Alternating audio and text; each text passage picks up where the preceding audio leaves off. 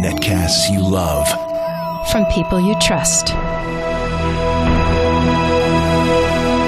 This is TWiT. Bandwidth for the Tech Guy is provided by Cachefly. CACHEFLY.com. Hi, this is Leo Laporte, and this is my Tech Guy podcast. This show, I'm sorry, I won't sing any more during the entire rest of this podcast. This show originally aired on the Premier Radio Networks on 180 stations in the U.S., XM Channel 166, too, on Sunday, September 9th, 2012. This is episode 908. Enjoy. The Tech Guy podcast is brought to you by GoToMeeting with HD Faces from Citrix. All you need is a webcam and a click to turn your online meeting into a high-definition video conference. Meet with colleagues anywhere in the world, even from an iPad. Sign up for your 30-day free trial today. Visit GoToMeeting.com, click the Try It Free button, use the promo code TECH. And by Gazelle, the fast and simple way to sell your iPhone, iPad, MacBook, or Android smartphone. Find out what your gadget's worth and get cash to upgrade to the latest iPhone at Gazelle.com.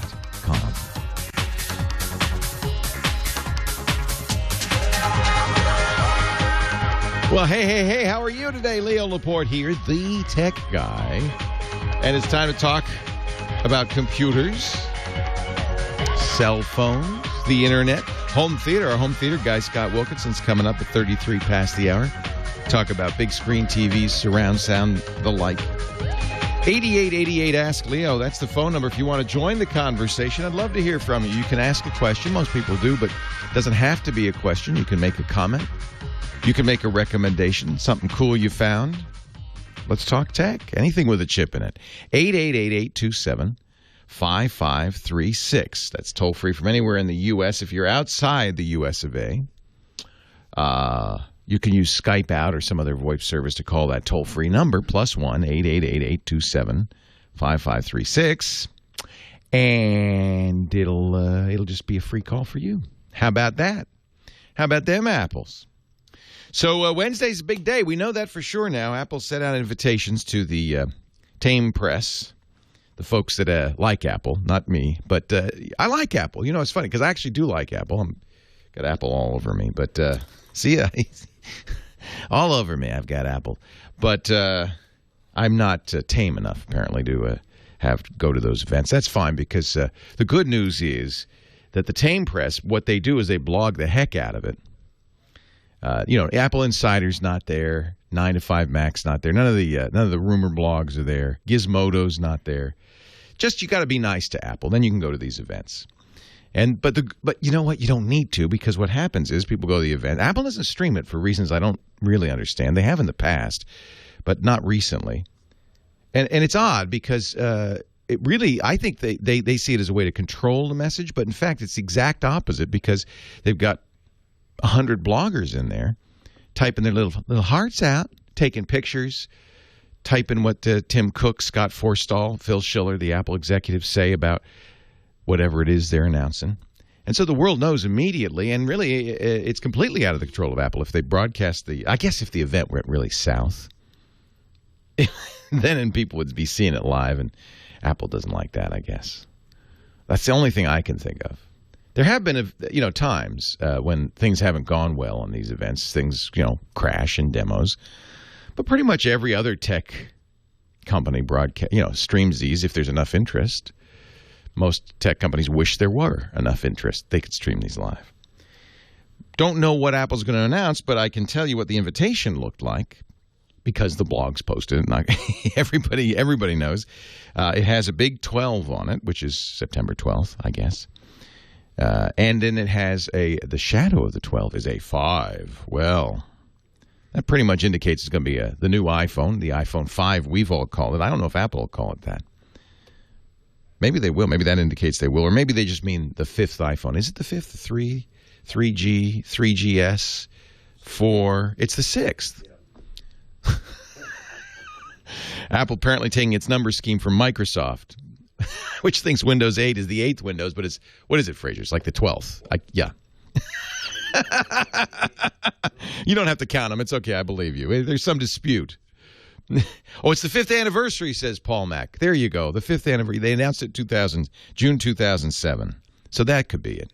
5 years of the iPhone. Anyway, what will it be? We don't know. But again, the rumor blogs.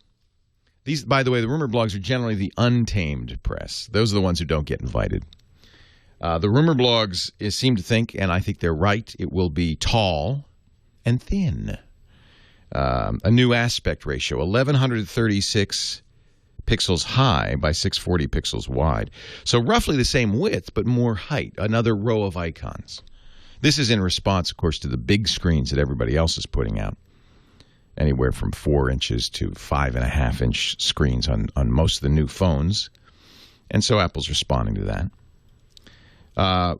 Still questions, though, lots of them. Will it have LTE, the next generation data network that Verizon and AT&T and Sprint sort of demand?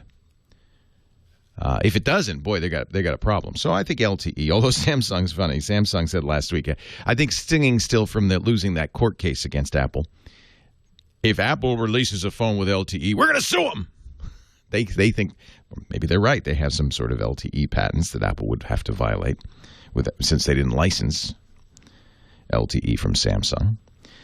There's a big question about whether we'll have this a technology called NFC that I like a lot. A lot of the new phones, the Google Nexus, the Samsung Galaxy 3, have NFC chips in the back of them. And it's NFC is based on RFID. You know when you go through the toll and you get a little thing in your windshield and it beep, beep, and it pays the toll automatically? That's using RFID, radio frequency identification. It's a passive radio device that gets it as it goes through the field emitted at the toll booth, registers itself, says, here I am, sends a code number out, and then, of course, the toll booth can charge you. Well, you don't want to do that for electronic payments because, you could walk by a store and they could charge you. That wouldn't be so good. So NFC is a modified version of this RFID that needs to be just, a centimeter or so away from the receiver. So if you tap the Nexus or the Galaxy S3 against an RFID tag, it powers the circuitry in the NFC tag. It powers the circuitry in the NFC tag. NFC tag wakes up and says, do this, and the phone can do a lot of things. There's a new service, for instance, that will receive receipts from the store. Not charge, not pay, but receive receipts from the store so you can kind of collate these in your phone. It could pay.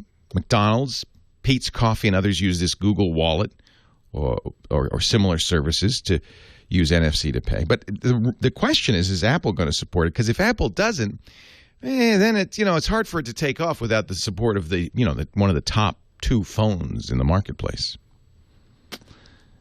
And the latest rumors are that Apple won't do it, and which wouldn't surprise me knowing Apple. But they do have, they have this wallet thing that the software that they put on the phone that currently you just store, loyalty cards in, but you could store credit cards in it. Could be a way of payment. And it seems that Apple, it would be in their interest, business-wise, to take a little skim off of every charge you make. So we'll see about that. Battery life, we don't know. We won't know till we actually get the phone. The rumor is Apple will announce it on September 12th, and it will be available 9 days later, September 21st. And I think those rumors are pretty credible.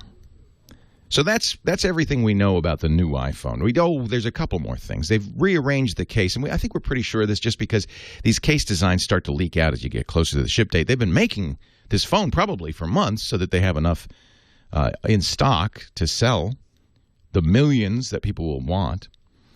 And 2 new things that might be significant. They're replacing the old Apple connector, that wide 30-pin connector that you've seen for years on iPods and iPhones.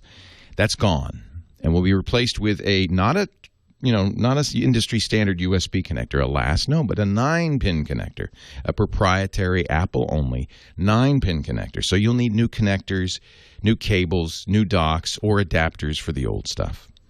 And they're also moving the headphone jack from the top, where everybody else puts it, to the bottom. Just because they can. Anyway, well, that's what we know. We'll see. I have to say, it is not, it's been a slam dunk since 2007 for Apple on the iPhone. The new iPhone, even the 4S, the last version of the iPhone, which people like me and many other pundits said, gee, that's not much of an improvement over the iPhone 4. That couldn't possibly be, a big sell. It's the biggest iPhone ever. They've every time, boom, boom, boom. They're the Babe Ruth of cell phones. They just hit it out of the park every time they come to the plate. This one's not a slam dunk, to mix our sports metaphors. This might be a triple, might be a double, might be a fly out. There's a lot of competition out there. All right, your call's next. What do you think, Leo Laporte, the tech guy?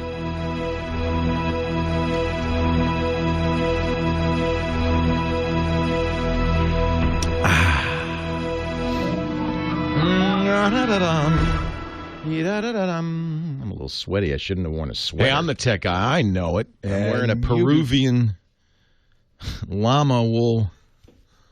I'm dying. What is the temperature in here? Well, it's 70 degrees. It shouldn't be that hot. There's no delay on KFI. It's instantaneous. That's not good. Is the delay turned off, Kyle? Using Carbonite? Get Carbonite. I noticed that with a couple of callers yesterday that there was no delay. Yesterday there was a delay. Somebody overnight came in here and switched it, so I just put it back into delay. So that break probably screwed up a tiny bit. Well, I didn't swear, so we're all right. Yeah, we're fine. I just had to get the time on for these cues. I'm really sorry about that. I don't know why somebody would have came in here and done that. Same people who screwed up the levels in the studio. How's the level today? There's tape over this thing saying do not put in bypass, yet it was in bypass. Go figure. You'll get 2 bonus months when you decide to buy. That's Carbonite.com. The offer code is Leo. Baba Booey to y'all. That's all I can say. All right, my clock. They're now, the people in the chat room are very fussy about this thing. For anything less than the Epson Workforce Pro printers. That's what we use here at the beautiful studios, the Workforce Pro. It's the world's fastest 2-sided inkjet printer. It's cheetah fast. I press print, and it seems like before I even get to the printer, the whole thing is done. You'd think the speed would cost a premium, but no, the Epson Workforce Pro is a great deal. And I'm not just talking about the price up front. I mean in the long run, too. Epson cares about overhead, so the Workforce Pro is a very cost-efficient. In fact, 50% less than color. Really, MAQ was in delay, which means they had additional delay over our delay, which was smart because the licensee is the one who has to pay the fine if I say poo-poo head. So there. So check it out, the Epson Workforce Pro. I love this printer. Right now, you'll save 10% on the Workforce Pro at Epson. Yeah. People really are. People love that clock. People are quite attached to the old clock on the wall. Let me set my clock here.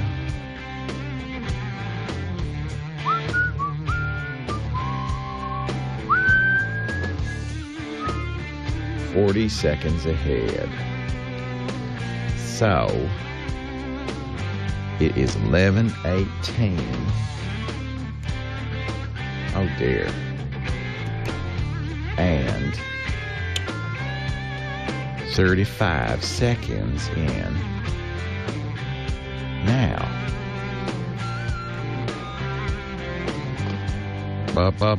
Specie, not species.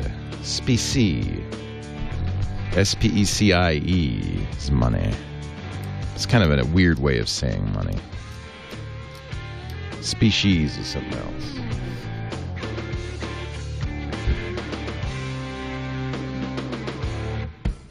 And what am I seeing in that window there? Window. 1, 2, 3. That ain't my computer. Well, that's interesting. What the heck is that? That ain't my computer. Whose computer is that? Do I need to be in mirror mode? Oh, no, that's not Skype. It says it's the iMac. That's very strange. I must be not in mirror mode. It's showing something completely different. Let me just check. Show mirroring options. Airplane mirroring off. Oh. Well, what is that? I watched Bernie last night. Now I'm talking like somebody from Carthage, Texas. I'm going to do the whole show like that. That Carthage accent really sinks right in. What does the clock in the hall say? Tick-tock, tick-tock, What does the clock on the wall say? tick-tock, tick-tock, tick-tock, tick-tock. What do little watches all say? Well, actually, it says 20 minutes after the hour. Or something like that. I think my clock's wrong. Leo Laporte, the tech guy. Coming up, Scott Wilkinson, the home theater guy. We'll talk a little bit about home theater. I'm not sure what he wants to talk about. We'll find out in a minute. But first, let's get to the phones. Our first call of the day from Pleasant Hill, California, listening to News Talk 910 in San Francisco. It's Dutch on the line. Hi, Dutch. Leo Laporte, the tech guy. Well, hi, Leo. Thanks for taking my call. First, I'd like to say that I'm not a tech kind of guy, so I listened to your, my question is, last week I listened to your show about copying VHS tapes to DVDs. Yeah. And you mentioned about buying a Panasonic DVD recorder.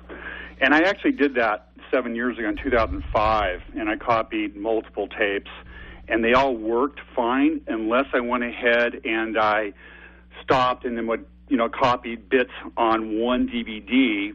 Now, what happened was after finalizing them, they actually, I could play them in the DVD recorder that I put them on, the DVD player that I recorded them on, but it won't work on other DVD players. Yeah, you made a multi-session disc, and most DVD players are not smart enough to play that back.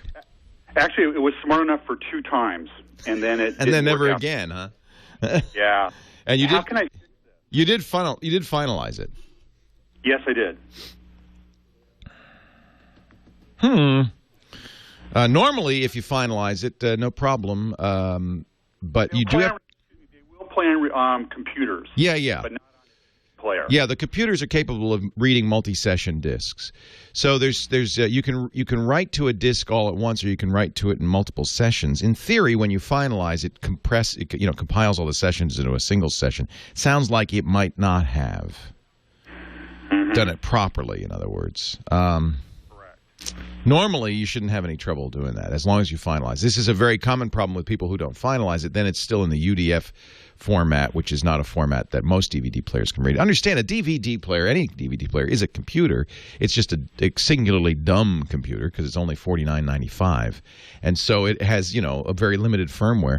And there's a certain format that it's expecting. If it's not in precisely that format, it might have problems. I wonder, it's not a region. You didn't set it for anything but region 1, did you?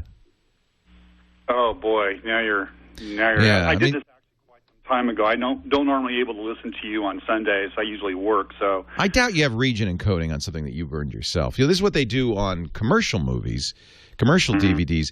They encode them for one of, I think it's 8 regions, South America, Asia, the United States, Canada. So each we're region 1 in the U.S. And so when you get a new DVD player, you get a couple of chances to play back the DVD, and then you have to decide what region you're in, and then it locks it in forever and more. Some of them play back the ones, it obviously worked because the ones that I did not stop it, they do play in other DVD players after I finalize them, but they not play the in ones. other DVD players, and that's not that one. Correct. Actually, there's several of them that. So it's one. Is it all one in particular that it won't play on? No, I've tried them on multiple ones. So it plays on some, doesn't play on others, and it plays. Nope. It played a couple of times on the ones it doesn't play on now. Correct. It plays on the computer and the one that I recorded on, but not the other DVD players. Well, I understand. I would expect it, no matter what, to play on the computer and on the one that you recorded it on. Okay. It's the standard dumb DVD player that I'm worried about. Was it DVD RW, DVD R minus, DVD? Was it a multi-record? What kind of? Was it a DVD RAM? My God! Now you're asking me. So there is this kind of weird format, DVD RAM, which is basically a read-write format that absolutely could confuse a normal DVD player. Okay. I don't. I guess my answer is I don't know. DVD-R. It was a DVD-R. Plus R or minus R? Yeah. DVD-R is good. That's a good sign. But there were 2 formats. You know what? It shouldn't matter. Every modern DVD. And how recent is the DVD player that you're trying to play it back in? Oh, it's 2000. Oh, it's a DVD Blu-ray player. Okay, so it's a modern DVD player. A couple years old, yeah. Boy, any Blu-ray player should be able to play whatever the heck you throw at it. Yeah, but not the ones that I... Well, there's some other issues as well. It could be that the recorder's laser was off a little bit, and it's not within the tolerance of the Blu-ray player. I don't know. It does say disc air on it when I put it in the player. You know what you probably would want to do, and this wouldn't harm it in any way, is take the contents of that, clone the DVD. So on your computer, take the contents of the DVD, because you can read it there, and write it again. Okay, with what kind of program? Oh, there are a lot of DVD authoring programs. I think Windows Movie Maker. You run Windows? Yes. Yeah, I think you can get Windows Movie Maker will burn a DVD for you, I believe. So that's free from Microsoft. Get.live.com. Not the world's most wonderful program, but at least it could... or you can get a DVD cloning program. What you want to do is copy it. A DVD is a disc with files on it. They're VOB files and VTS files, variety of different files on it. What you want to do is copy the contents of that disc onto the computer and burn it back using an authoring program, so it authors properly to another disc. And I bet you that would fix it. I have Power Director 8. That'll work. That's a good program. That's actually I'm sorry. That's a reading program. I don't think that. Here's one the chat room's recommending. DVD Flick. Let me just look at this, make sure it'll do what you want it to do. DVDflick.net. It's a free program, which certainly recommends it. But let me make sure it's got the capabilities. .flick.net. DVD Flick. DVDFlick.net. No, they say the chat room. Sorry, wrong one. Simple DVD authoring tool. Yeah, what you want is just a DVD cloner tool. Okay. There's lots of those. In fact, if you search for DVD clone, you'll find them. And you don't have to spend a lot of money because it's not a commercial DVD, so they don't have to remove copy protection. There's clonedvd.net. I use a commercial program that's not very expensive from slysoft.com. It's designed to clone commercial DVDs. The point of cloning is I don't want to re-encode it. I want to take the files and re-burn them. Because if you re-encode it, you'll reduce the quality. So you don't want to rip it and then burn it again. I've tried ripping into just a regular program, like NHS Express Burn, and it didn't fix the problem. You're able to play it back, right? Not on the DVD player. Not on the player, yeah. So that's what's... I'm not really sure why. I wonder if the DVD player is funky.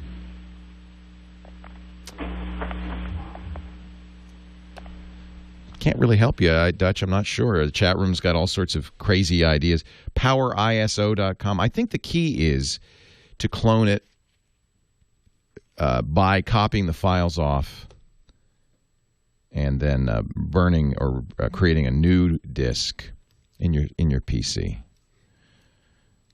Chat room also says, update the firmware on the Blu-ray player. Sometimes what happens with the chat room is they have no idea. So they're throwing spaghetti at the wall. I suspect that all you have to do, that the discs you made originally in the Panasonic are slightly funky. All you have to do is copy the data off. Good news, you can still read them and make a new one. Leo Laporte, the Tech Guy.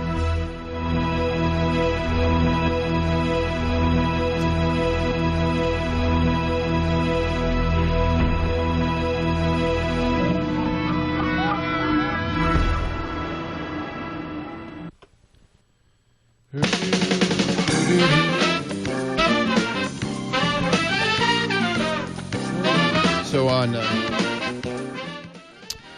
on my agenda today, a great program that I think you're going to like a lot, that I perhaps have mentioned once or twice, called Go. Have you heard of GoToMeeting?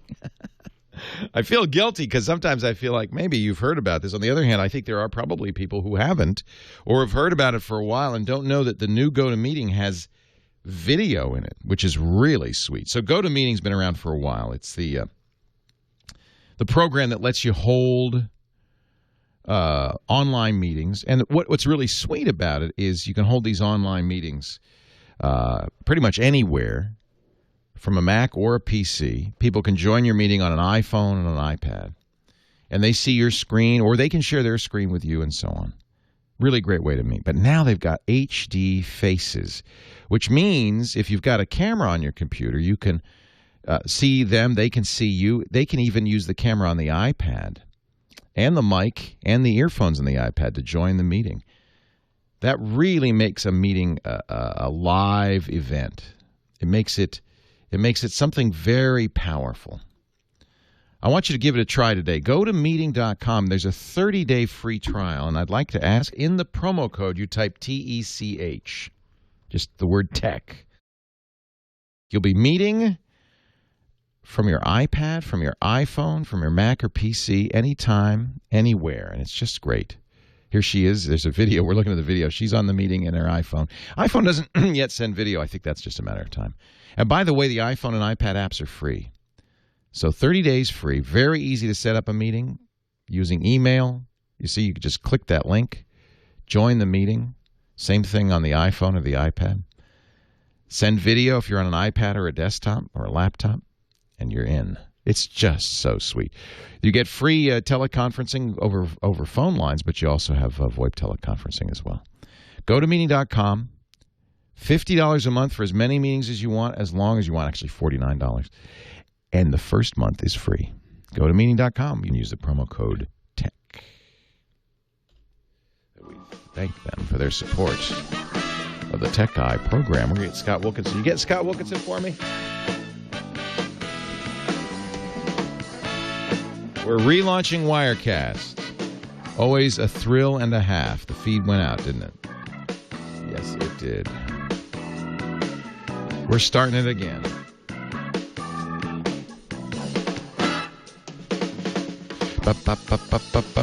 Yeah, it's coming back. I guess they can't hear me. Hey, Scotty. Hey, Leo. Sorry, I got to switch my camera here. Go right ahead. For some reason, it defaults to eyesight. Every single time. Here we go.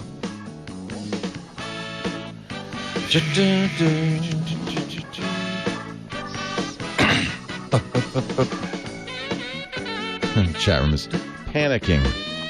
Oh.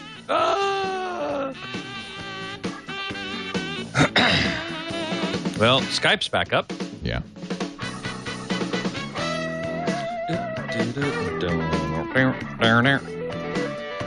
Thanks for letting me come on today instead of yesterday. Quite all right. I appreciate it. Thanks for filling in for me in November. Oh, you bet. That's totally my pleasure. Do we have the date confirmed yet? Lisa sent me a probable. Not yet. I'm waiting to hear from Premier. Okay. Leo Laporte, the tech guy, and now in the magic window, I feel like Pee-wee's Playhouse here. Yeah. We've got Scott Wilkinson, our home theater guru. Were you in Indiana? I was, in fact, in Indianapolis, Indiana. So Kyle is right on the job. Kyle Benham knows everything. He does, yes. Amazing. How do he do it? Scott is our home theater geek. In fact, he does a show called Home Theater Geeks every Monday, 1 p.m. Pacific, 4 p.m. Eastern, on our podcast network. You can watch live at twit.tv or watch any of his previous shows and get his most recent show for download. I call it On Demand. On demand video and audio. Yes, indeed. Twit.tv, twit.tv/HATG. So what's up, Scott? Did you go to CEDIA? Is that what you were doing? That's what I was doing, and I wasn't here yesterday because I was actually in a cab on the way to the airport. Well, we can forgive that. I don't want you to do the show from a cab. So no, that would have been funky. So tell me about CEDIA. What is CEDIA? CEDIA is the annual trade show put on by CEDIA, which is also the name of the organization, the Custom Electronics Design and Installation Association. Aha. So it's for custom installers and dealers around the country come to this show, and the manufacturers of products that they use to install custom home theaters, also custom security systems and lighting control systems and home automation systems, even central vacuum cleaner systems are on the show floor. And they all walk the show floor and look at all the latest stuff that's coming down the pike. So for Sony and for Panasonic and LG and Sharp and Samsung, this is a place they show new TVs? Yes. However, this year we noticed a downturn in the number of exhibitors that have to do with home theater. In particular, well, I don't think Panasonic ever came. They might have in the early days. Sony was there, but Samsung was not. LG was not, other than in a little private room in a bar across the street. Wow. There were quite a few companies that weren't there this week, and also the traffic, the number of participants, of showgoers, people who come to see the stuff, seemed quite down to me. The aisles were pretty free and empty, and you remember CES, right? How crowded it is to walk around. Well, this must be a measure of the bad economy. The people are not spending money on massive home theater systems. I think that's true. And I think that dealers who used to send 4 or 5 people to the show now send 1 or 2. And the booths were smaller, too. Still in all, that doesn't mean that there wasn't a bunch of really interesting stuff. For example, remember last week we were talking and I was telling you I'd heard that Sony was going to have a 4K flat panel? Yeah. Did you see it? I did, and it's gorgeous. 84 inches, right? 84 inches diagonally, and it's 3,840 pixels across by 2,160 pixels down. Wow, so that's only about $1,000 a pixel. How much was it? $25,000. Oh, that's actually not even that bad. It's not that bad. Yeah. Now, what was interesting was that there were no less than 4 companies showing their version of this same panel. It's undoubtedly sourced from LG. LG is one of the only companies that can really make such a panel. Huh. And so they're all LCD TVs. They're all LED edge lit, not backlit, which I was surprised at because it's such a large screen. If the LEDs are only around the edge, I can't imagine that you'd get very even light distribution throughout that really big picture. For $25,000, put a few extra LEDs in, for crying out loud. Criminy. Well, now that's the Sony. Also exhibiting a similar product was LG, in fact, in the bar across the street from the convention center. And let's see, JVC was showing one, and Runco was showing one. Okay, so that's good news. I mean, I've been an advocate. I'm not as crazy about 3D as I am about 4K, which is exactly twice the resolution horizontally and vertically of HD, and it's super crisp, super beautiful. Yeah. One of the reasons this is happening, though, is because a lot of 3D TVs require 4K, right? Well, they don't require it, no. But they're better with it. Exactly. They're much better with it because what it does is it allows you to use passive glasses, right? Inexpensive, the same kind of glasses you get in the commercial cinema. So are all passive 3D TVs 4K? No. Oh. Up till now, all passive 3D TVs have been 1080p or 1920 by 1080. Which means they're effectively half that resolution when you watch them. They're 540p. Correct. Each eye only gets 540p. And this is, I think, the biggest and most important application initially of 4K TVs is when you do passive 3D on them, each eye sees essentially 3840 across by 1080 up and down. So it's real HD even if you're in 3D. But will they do 4K in 2D mode? Yes, absolutely. Or you just need the content. The problem is the content. And the way to play it. Correct. Exactly right. Now, JVC, I mentioned this to everybody, and JVC's point was they saw my camera, for example. I carry a camera around the show, and the guy said, look, you've got a 4K source right there. You're carrying it. Right. So you can generate your own 4K content, of course, but I'm talking about commercial content, blockbuster movies from the studios, and that is not available yet, and it's not going to be for a while. Although digital movies are often mastered in 4K, correct, are they not? Correct. So the original content is 4K. It just doesn't fit on a Blu-ray disc. Correct. Yeah. Now, there is a standard of Blu-ray called BDXL, which is currently a Blu-ray rewritable format. That's the size of pants I wear. That's interesting. Yeah. BDXL. Yeah. Yeah, exactly. Yeah.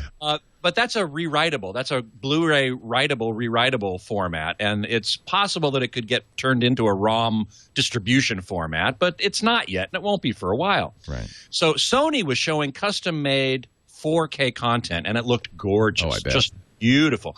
Everybody else was showing, LG in particular, was showing up-converted 1080p. How'd that look? Well, on the LG, I was pretty disappointed. Yeah. In particular, they had some shots from the South Pacific, and there was like some islands and some thatched roofs, right? So very fine detail. It was alive and shimmering. Oh, you saw the compression. Well, the upscaling artifacts. Right. They were taking 1920 by 1080, upscaling it to 3840 by 2160, and man, oh man, it was just shimmering and jittery and Yeah. So you don't want. Well, that was a problem. Now, some of the content looked fine, but if you get that really super fine detail kind of stuff and you don't have a really good scaler, then it's going to be a problem. How about broadcast? Will we see a 4K broadcast? No, I don't think so, because it's got to fit in a certain bandwidth in order for satellite companies and cable companies to be able to offer you some number of channels. If they had to cut the number of channels they offered by a quarter, if they had to cut it by 4, they're not going to do that. In order to offer 4K, they're not going to do it unless they compress the you-know-what out of it. Right. And then it's going to have all kinds of artifacts and problems anyway. So it's not going to be broadcast. It might be downloaded. I think there is a chance for that. I don't think streaming is likely anytime in the near term because the infrastructure isn't there. Most people don't have the bandwidth coming into their homes that would allow for a high-quality 4K stream. But you could download it onto a hard drive, say overnight.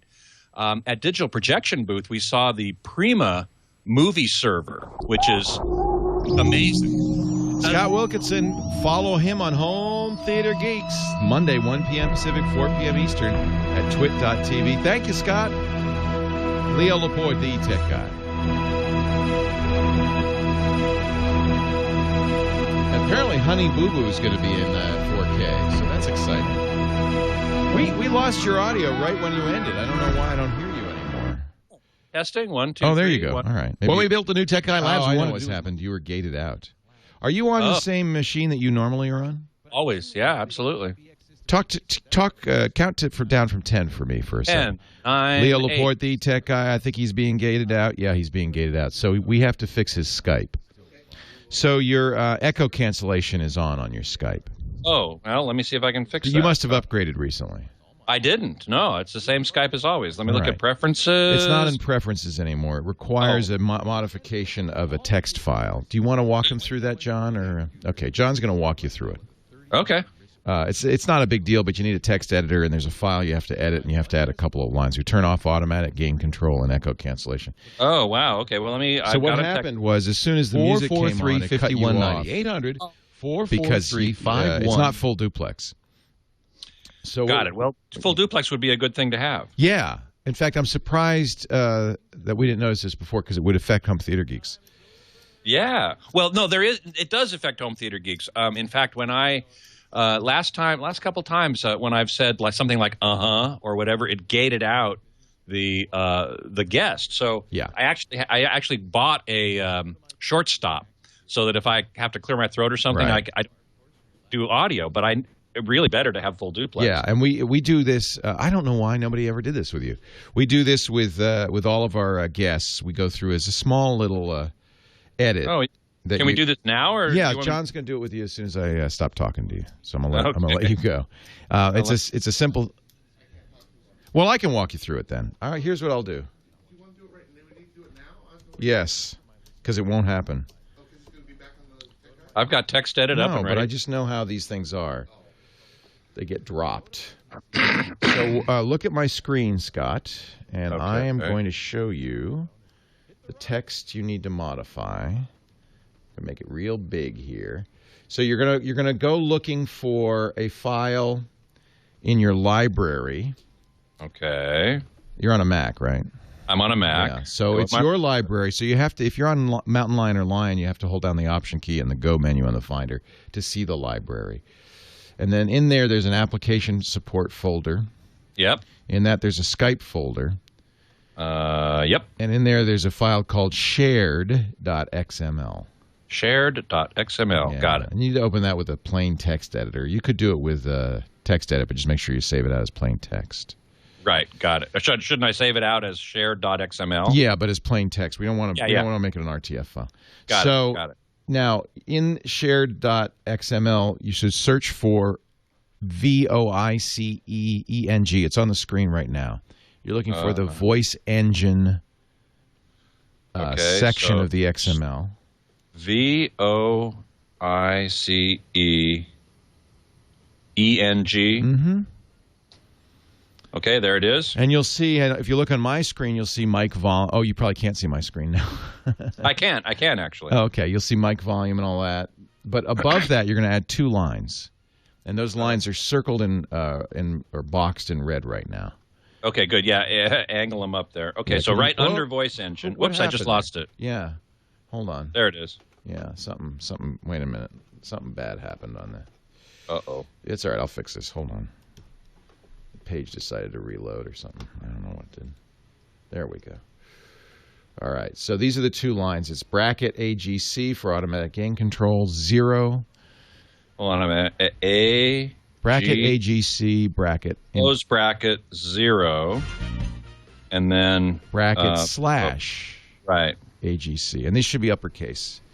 Yeah. Close bracket. And then the next one is bracket. I'm going to turn off your mic. You can look at that for a while. That's fine. And just save it as text. Thank you. All right, Leo, nod 32, live read. Thank you. The words meant, she decided she preferred them all wrong. Kind of like the last time. Leo Laporte, Really fast rhymes. the tech guy. 8888 Ask Leo. That's the phone number if you have a question, a comment, a suggestion.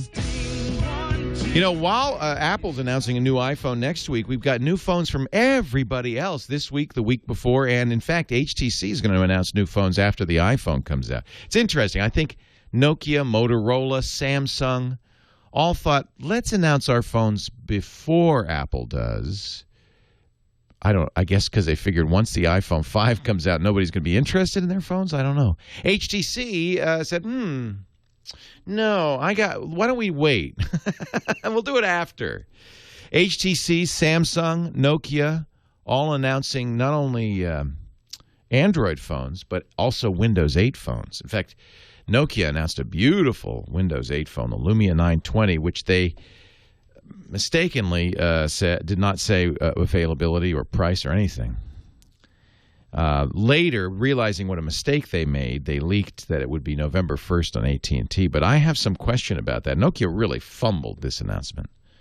They released an ad that's touting the new camera, which should be a very good camera, by the way. Probably best camera phone, or should be, spec-wise, the best camera phone on the market.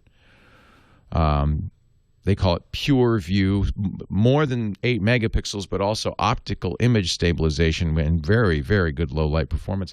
Unfortunately, the video's not working, and they released a television ad with faked video, and it was quickly outed because it was obvious. You could actually, if you look closely at the video, see the camera operator shooting the video with a real camera, not a phone. Then it came out even the pictures were fake. So a little bit of an embarrassment for Nokia. They tried to make it up by going to tech blog The Verge and saying, hey, look, here's a camera. Take pictures. Same picture that's on the TV, but don't do video. It's not ready, which means the phone is not done, which means I don't see how they make a November 1st release date, but that's what they're rumored to be doing. In fact, features of the camera in general weren't done, and they wouldn't let them run applications. When they announced the phone, they wouldn't let anybody touch it. My colleague Mary Jo Foley, who does our Windows Weekly podcast, was at the Nokia announcement. She said, "Can I hold it?" They said, "You can hold it, but you may not press any buttons or tap any icons. Just hold it in your open palm of your hand, just to see the weight." So this phone is not done. And I don't know if I blame Nokia. I might blame Microsoft because, Microsoft has not yet released what they call the SDK, the software development kit for Windows Phone 8. That's what developers need to start writing software for, which means developers can't write apps for it yet. So, unfortunately, Windows Phone 8, which was a very impressive product, once again, too late to the game. Microsoft was too late to the game with Windows Phone 7. Everybody had already decided what they wanted to use. Same thing's going to happen. You know, the iPhone 5 will be out. All these other new Android phones will be out. Windows Phone 8 late to the table once again. Verizon does say they are talking with Nokia and others, but it looks like AT&T to be the partner for this one. And Samsung announced the new Note, the Galaxy Note, which is 5.5-inch screen. They did announce the Ative, which is a Windows Phone 8 series of phones, as well as Windows 8 and Windows RT tablets.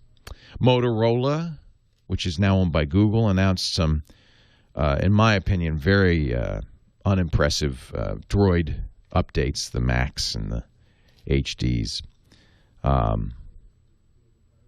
I think iPhone's got a shot. iPhone's got a shot. But Samsung's coming on strong. We'll see what happens with Nokia. And BlackBerry, forget it. 8888 Ask Leo. Back to the phones we go to Bakersfield, California. Neil, you're next. Leo Laporte, the tech guy. Hi, Neil. How are you doing, Leo? I am well. How are you? Not too bad, not too bad. I have a question. I'm a Sprint carrier, and I have a Samsung Epic.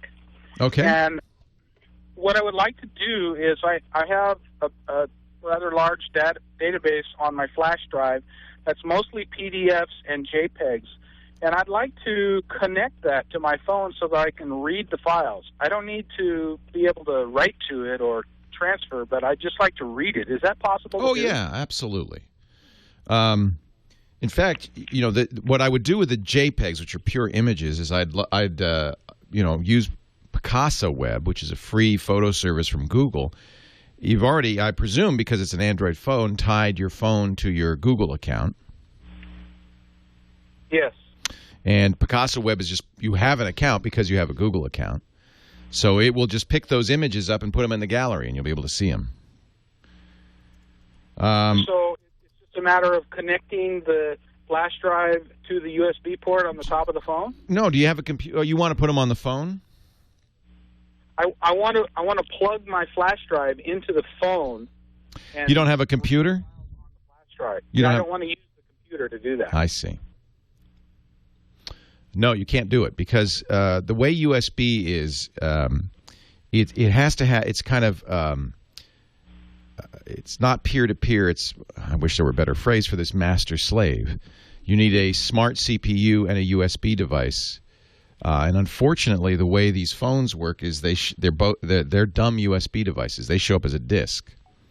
So in effect, you'd be trying to connect two disks together. I wonder if there's a cable. There is okay. So some Android phones. I don't think the Epic will do this, but some Android phones will do a host mode.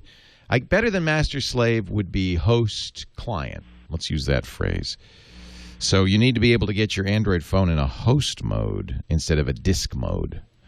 I don't think the Epic could do that. To the Galaxy 3S, would that phone do it?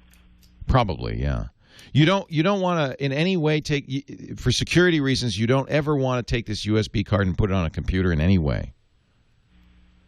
Well, because another way you could do this is to connect the phone to the computer, put the USB card in the computer, mount the phone as a disk, and then just copy them over. Well, yeah, but it's very large. Well, I don't understand. It's very large. Will it fit on the phone? Oh, I see. You don't want to copy it to the phone. You want to look at it on a USB card. Right. Right. If I could do that, I could then just look at my 500 gig external hard drive as well. You want to use, in effect, you want to have an external hard drive for your phone. Right. Okay, I don't know. I'm gonna do some research, Neil. Keep listening. I have no idea how to do that. I've never heard of doing that, so there might be some specialized if there were a specialized cable, you might be able to do that. But as far as I know, you cannot use an external drive on a smartphone. But let me look. Hey, they are smart, right? What you're trying to do is what makes perfect sense, which is use it like a computer. Your smartphone practically is a computer these days, isn't it? But let me look. He's got an Epic from Sprint, which is an older, that's like the S1. And he's thinking about getting a Galaxy S3. So chat room, help me figure out a way to to basically mount an external hard drive on his smartphone. Well, they're going to work on that. They're going to work on that. And as soon as they come back with an answer, I'll fill you in. Not the first tornado on Long Island. Did you ever get to walk your dog, Dr. Mom? Dr. Mom couldn't walk her dog because of the tornado. Here's a science fiction scenario. If the Galaxy does have a host mode. Honeycomb or above, got it. Or you could probably root it. He said Epic. He didn't say Epic Touch 4G, which is the Galaxy S2. He said the Epic, which is, I believe, the S1. No, golly, he's probably got gingerbread on it. Oh, that's all right. I can't have a conversation with you when I'm on the air. So. Ah, that's interesting. Somebody said that his Blu-ray player will not play back standard DVDs unless he changes a setting in the Blu-ray to do so. So it might be there is a USB to go, then root stick if you can root it. Male micro USB to female. No, I don't think that will do it. It's not. You have to be able to go into host mode. It's not enough to have the right cable. And he doesn't want to do it he wants to mount the drive on the phone and then view the JPEGs and the PDFs. So he doesn't want to do it over Wi-Fi. He wants to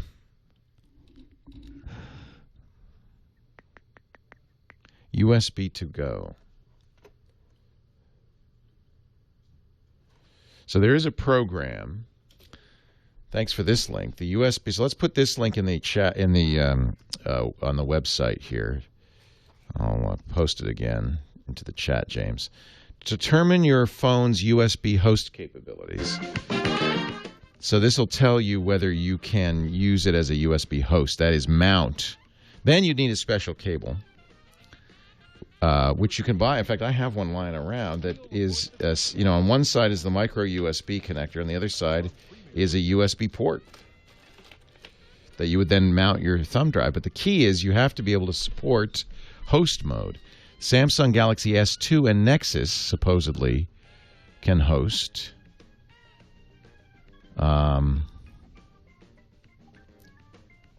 So here's a tool that will tell you, does my phone have host function? Thank you. So that's one part of the solution. And then you just need this cheap cable. It's shown in the picture. So it's a micro USB to USB. And then you could, if you had power for the drive, you're not going to be able to power a drive that way. So USB host cable, probably not very expensive on. Here's one from Amazon. Yeah, that's it. $8. Here's one for 85 cents. That's probably the right price. Oh, this is for my phone. So that will work with the S3. Whoops. What happened? So you see the cable. So that's the micro USB. And then it connects to the phone. And then the other side, there you go, like that. So that'll work on the Note, or the S2, or the S3.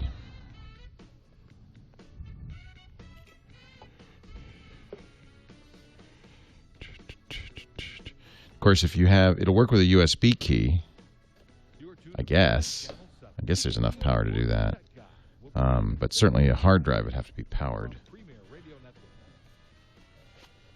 He has a computer. He just doesn't want to make the... Yeah, there's lots of Wi-Fi ways to do it. So, but you're answering a question that was not asked.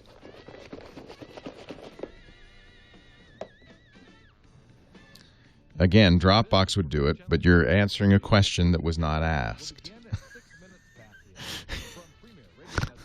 The question he asked was, how can I connect a USB key to my phone? I don't think he can do it with the Epic. He then said, well, could I do it with the Galaxy S3? And I said, yes. Or I say yes. I think they will, Dr. Mom, but, both Android and iPhone have been updated right away. Oh, I'm eating, sorry. Well, hey, how are you today? Leo Laporte here, the tech guy. And it's time to talk about computers, the internet, cell phones, camcorders, home theater, and all that jazz.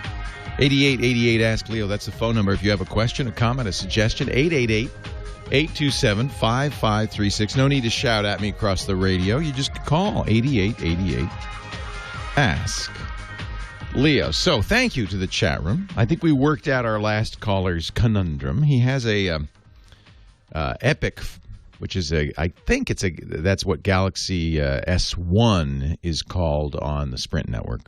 The S2 is the Epic Touch 4G.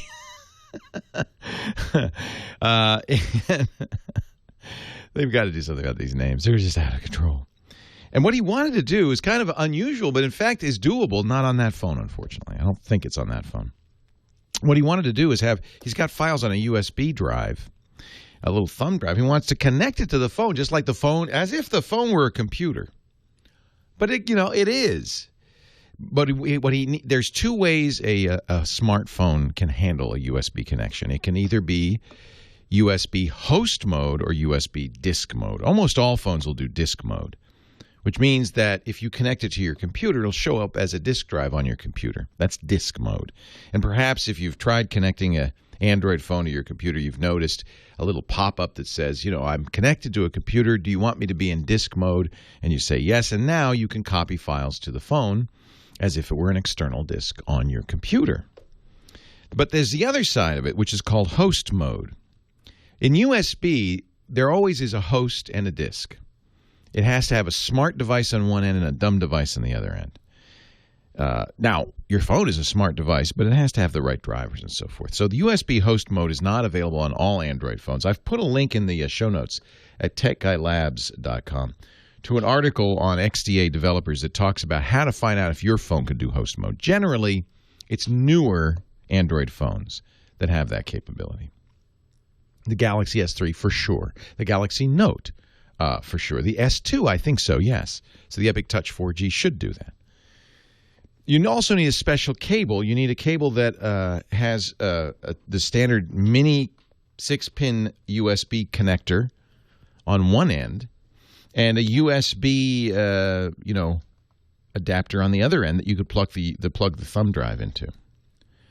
And if you've got that, if you've got the capability, and all newer Android devices do, it might be, Fraser who's in here in our audience, thinks it might be dependent on the version of Android. He thinks it might be Honeycomb or later. So that'd be Honeycomb, Ice Cream Sandwich, or Jelly Bean. You can get this cable for about 85 cents on Amazon. It's just called a USB host cable. It plugs into your phone. You plug the thumb drive into it. And you go into host mode, and you're good to go. Then you should be able to, with the proper software, open up the JPEG or the PDF and read it. There are PDF readers for Android that are free, and PDF is a good one. And you should be able to go and read. So there you go. Thank you, chat room, for helping me out on that. If you want to get in the chat room, please do. It's easy. Just go to techguylabs.com. That's our website. Show notes are there. James DeRuvo's scribbling as we talk. Josh Windish, who's in charge of the website, then polishes it up. In fact, if you look, there's 907 previous shows. You can go back in time to 2004. I don't know why you'd want to. You can hear what the problems were like 8 years ago. But you can also go back to previous shows. And what I love now, what we're able to do is we put a video, a YouTube video of the show. If you go to an individual question, the video jumps right to that point, and you can actually hear the question, hear my answer, and then, and this is the part I like on the Tech Guy Lab site, you can comment, you can add your thoughts. So I know a lot of you are sitting in the chat room and saying, oh, hey, what about, and you can do that. And I'd appreciate it if you do it. Or if you just want to read, you can thumbs up or thumbs down answers. So the idea being the answers with the most thumbs up will rise to the top. And when people go to the website, they'll get additional information vetted by you, the smart folks in the Tech Guy audience. TechGuyLabs.com. Also linked to the chat room there. Chat room's very handy because they are live and responsive. Jewel is in Burbank, California. Our next caller listening on the mothership KFI in Los Angeles. Hi, Jewel. Hi. Okay, so this is I can't get into my computer. I can't get it to open up. It starts out, I see the Windows logo. Yep. And then it goes a flash of blue, and then it shuts down, and it blah, blah, blah. And then I get this thing that says, we apologize for the inconvenience, but Windows did not start successfully. I like the apology. Yeah, isn't that great? We apologize. We are but we're sorry. And so anyway, I got 3 screens here. I took my camera and I photographed the screens because there's a bunch of information on there that I don't understand. Do they ask you to go to a website and download some special software? No. Whew, okay. Because this is a very kind of lousy ploy that lately with malware is that they hijack your machine, they lock it, and they say, but we can fix it. Well, send us $49.95 and we'll fix it. No. All right. I've never seen an apology from Microsoft for not being able to start. Well, it's Windows. Yeah, Microsoft makes Windows. I've never seen that. So I'm puzzled by this. We apologize for the inconvenience. Now, what it says is a recent hardware or software change might have caused it. Well, I didn't enter anything recently at all. Well, but software can change by accident, you know. I mean, things can go bad on the hard drive and stuff. So the first thing to try is boot into safe mode. Do you know about that? Okay. Yeah. Well, that's one of the things that they suggest on the screen. It says safe mode with networking, safe mode with... I tried all that, and I still got the same cycle of screens over and over again. So that's not good.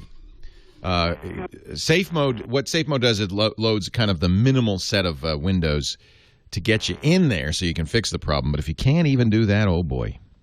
No, it doesn't. It just Oh boy.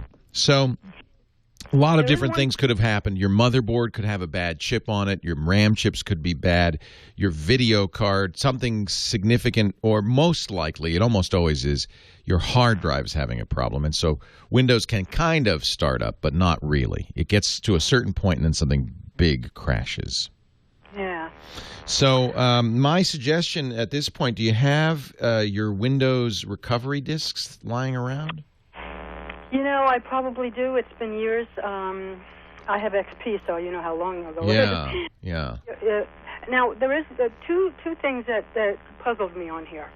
On the bottom of the one screen that comes up, it's Energy Star. It's like a... Yeah, that's the boot screen or the splash screen. Okay. On the bottom, it says press DEL to enter setup. Right. Now, I don't know. There's no... On my... don't worry about that. That's not going to help you. Okay, well, I don't even know what that means. That's what we call BIOS setup. And sometimes people will call me and say, hey, you know, I can't, something's not working right. And I'll invite you to do that. And when you get into the BIOS setup, there's settings you can change. But in this case, I don't think it's going to help you. The only thing on that screen you might want to look for is see that screen. It says Energy Star, and then it'll say which devices the computer can see. And see if it can see your hard drive. It'll say disk 0, disk 1, and see if it can see your hard drive. If there are any CD-ROMs or DVDs, it'll see those as well. If it can't see your hard drive, then that's a fairly catastrophic failure. Mm-hmm. But I don't think that's the case. I think it can see your hard drive, but you have corrupted system files on it. Your Windows is damaged, and this is Windows saying, I can't start up. In fact, I know it isn't your hard drive because you're getting the safe boot, your safe mode options. So that means Windows got to a certain point, but can't get any farther. Mm-hmm. So you're definitely okay. in terms of hardware. I think you're all right there. I think your hard drive either has corrupted or failed.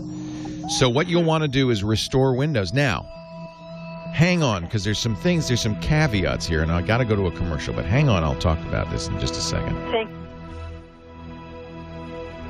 Yeah, what am I saying? She can see boot the safe mode, so Windows is booting.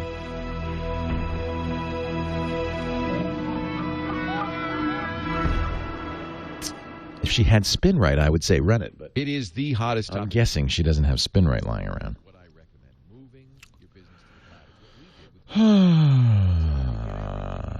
I have played with the Q. We didn't get one. I didn't get one because I didn't go to Google I/O. I let somebody else go in my place.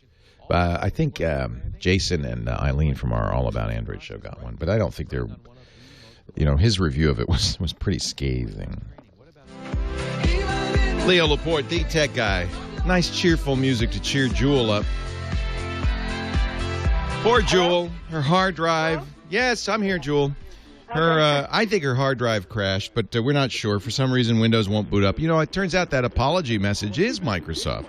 It does apologize to you. Isn't that nice? How do you like that? How do you like them apples? So I can't hear you too well. I'm sorry. I'll shout. Okay. You're all the way in Burbank. I'm here in Northern California. I'll just shout. So I think what we want to do, the reason I didn't want to hang up on you is because I want to make sure that you back up your data, okay? Yes, I do. I have it backed up. I'm not worried about that. Great. Then if you're willing to erase the disk and restart, that's probably your best bet. If you can find the disks that came with that computer. Okay. There'll be recovery disks. It'll say recovery disk. Just run them. And make sure when you do the recovery, you wipe the disk, you erase it completely, and start over. Now, the first thing you're going to do before you do anything else, you're going to get on the Internet and you're going to download all the Windows updates. And that's going to be quite a bit because you have XP. You're probably going to get Service Pack 3 and then updates after that to get it all the way up to the current. Otherwise, it's dangerous to be online. Right. I already did that as they came up, but now I have to do it all over again. You have to do it all over again. It's not a bad thing. I do this every few months because it makes everything run faster. You'll notice a speed improvement. Mm-hmm. Now, if it doesn't fix it, then either the hard drive's bad, or there's a more serious problem, a hardware problem. And I'd hate to see that, but hard drive failures are 9 times out of 10 the cause of these problems. Mm-hmm. And it doesn't mean the hard drive itself is bad. It might just be that there's a critical area of the hard drive that can't be read, and that's the Windows boot stuff. So Windows churns along and all of a sudden gets to this key file, and it goes, and it can't go any farther. And I know it's a key file because you can't even start in safe mode. Yeah. You can't. Windows cannot start in any form. So that means it's the kernel. It's something really critical. You could try. I mean, if you have a full Windows install disk, there is a repair mode. You can go through the disk as if you're going to install it, and at one point, almost right to the point where you're going to install it, you'll see a repair a Windows XP installation. It'll say welcome to setup. To repair a Windows XP installation, using Recovery Console, press R. But this is a lot of work. You do a check disk to check the drive. It's just a pain. I would just say reinstall. Okay, so now I have 2 things here. I'm looking at this picture that I took, and this maybe if I've seen this before, it says PRI. I guess it means Primary Master Disk HDD, and then it says Smart with the S. Yep, that's your boot drive. Yep. Capability. Yep. Disabled. Disabled. Yeah. Yeah, that would affect Windows. I would think it would. I just looked so much. That's your boot drive. See that? Yeah. And okay, so that means that I'd get a new drive. You could probably bring this into the shop, or if you feel comfortable, is it a desktop or laptop? Desktop. Yeah. If you feel ambitious, Jewel, you can go to a computer store, get a replacement drive, put it in, then do that Windows install, and you'll be good to go. It sounds like the drive's not happy. Okay, replacement drive. How much does that cost? Do you have any idea? Oh, it's cheap. On an older machine like that, we're $50, $75. But I would try. I would try before you do anything else. I'd try the recovery discs. Okay. All right, and make sure your backup is good, because if that's you don't want to lose any data, and that's on the hard drive, so the recovery will erase that. Right. Okay. Now, one question. This might sound a little bit way off, but I had an internet provider that I had a real bad problem with, and I dumped them and I went to DSL Extreme. They couldn't have messed up. No. This is really, Jewel. This is really common. It's just a hard drive failure. Okay. It's not a big deal. And in fact, the disabled, I think the chat room's right. They're saying, the disabled probably applies to the smart stuff, not to the drive itself. That's confusing, that message. Primary drive, smart, disabled. Doesn't mean the drive's disabled. It means smart, which is a useless technology that's supposed to tell you ahead of time before the drive fails, and almost never does, as you noticed, is disabled. Even if it were enabled, you would never have noticed. So, I think smart is kind of not that useful. It's not so smart, as they say. So, Joel, just reinstall Windows. If you continue to have problems, then you want to bring the computer into the shop. They can test the memory if there's a memory problem, the motherboard. But almost 9 times out of 10, maybe 99 times out of 100, it's a bad sector on the hard drive. These things, if you think about your hard drive, that computer is, 8 years old, 9 years old? That hard drive has been spinning since 2003 or 4, has been spinning at 7,500 rotations a minute. Somebody do the math. How many rotations is that? That thing is probably just tired. Steve in Nashville, Leo Laporte, the tech guy. Hey, Leo, how you doing? I'm well. How are you? I'm doing okay. Here's my situation. I'm blind, and I have an iPhone 4 and the iPad 3. Good accessibility on both of those, I'm told. Exactly. Yeah, VoiceOver is great. Yeah. It's great. Yeah. Here's the situation. 3 weeks ago, my credit card number was stolen and used to do all sorts of online purchases. Got that resolved with the credit card company. Good. Logged into my Apple ID thing, changed my credit card number, changed my password first thing, did all that. Good. Apple ID account disabled. So I called Apple Care. They said, well, we can't fix this. You need to go to your nearest Apple store. I'm like, okay. I pay for transportation. I go to the Apple store, talk to a genius. They mess with it. I'm in there about an hour. They can't do anything. They said, well, we'll send an email to the iTunes people, and they can fix it. Well, I got an email this morning at 5:30 from someone at iTunes account management saying there's nothing they can do right now. They don't know what the problem is. They can't re-enable it. It's under investigation, and so sorry for the inconvenience. So that's annoying. Yeah, I don't understand why, if everything's been changed, what's the problem? I don't know, and no one knows. Apple obviously doesn't even know. This is in their great infinite wisdom. That's something some automated thing. Credit card fraud, a big problem. It's really a big problem in the iTunes store. So I suspect what happened is that they disabled that, either seeing something they thought was suspicious activity, or just the fact that you try to change a credit card caused them to disable it. They will get back to you. My experience has been that special number to call that. Well, I mean, if you don't hear from them in a day or two, I would email or write Tim Cook, the CEO. I've said this many times on the show. Most companies, and I know Apple does this, have an office of the CEO staffed by 30 people who sit there and do nothing but answer emails to the CEO. It's one way to escalate it. But I think that this is going to be resolved. This is just fraud protection, basically. Yeah, because it obviously I can't update any of my apps. I can't do anything. In fact, I was going. It's very frustrating. Yeah. Yeah. No, I understand, Steve, but I can't help you. And there is no magic number. But my experience has been that they will fix it eventually.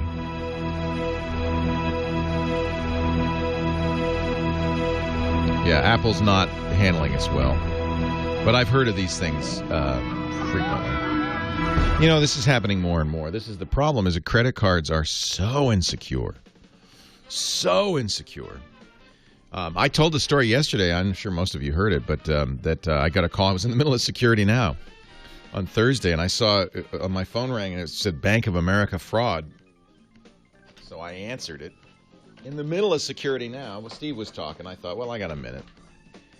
And they said, well, It was my business, the TWiT business card, which, and they gave me the card number. I said, yeah, that's mine. They said, did you just charge 50 cents with a British charity, a children's charity, and then buy a $5 something at the Hyatt hotel in Arkansas?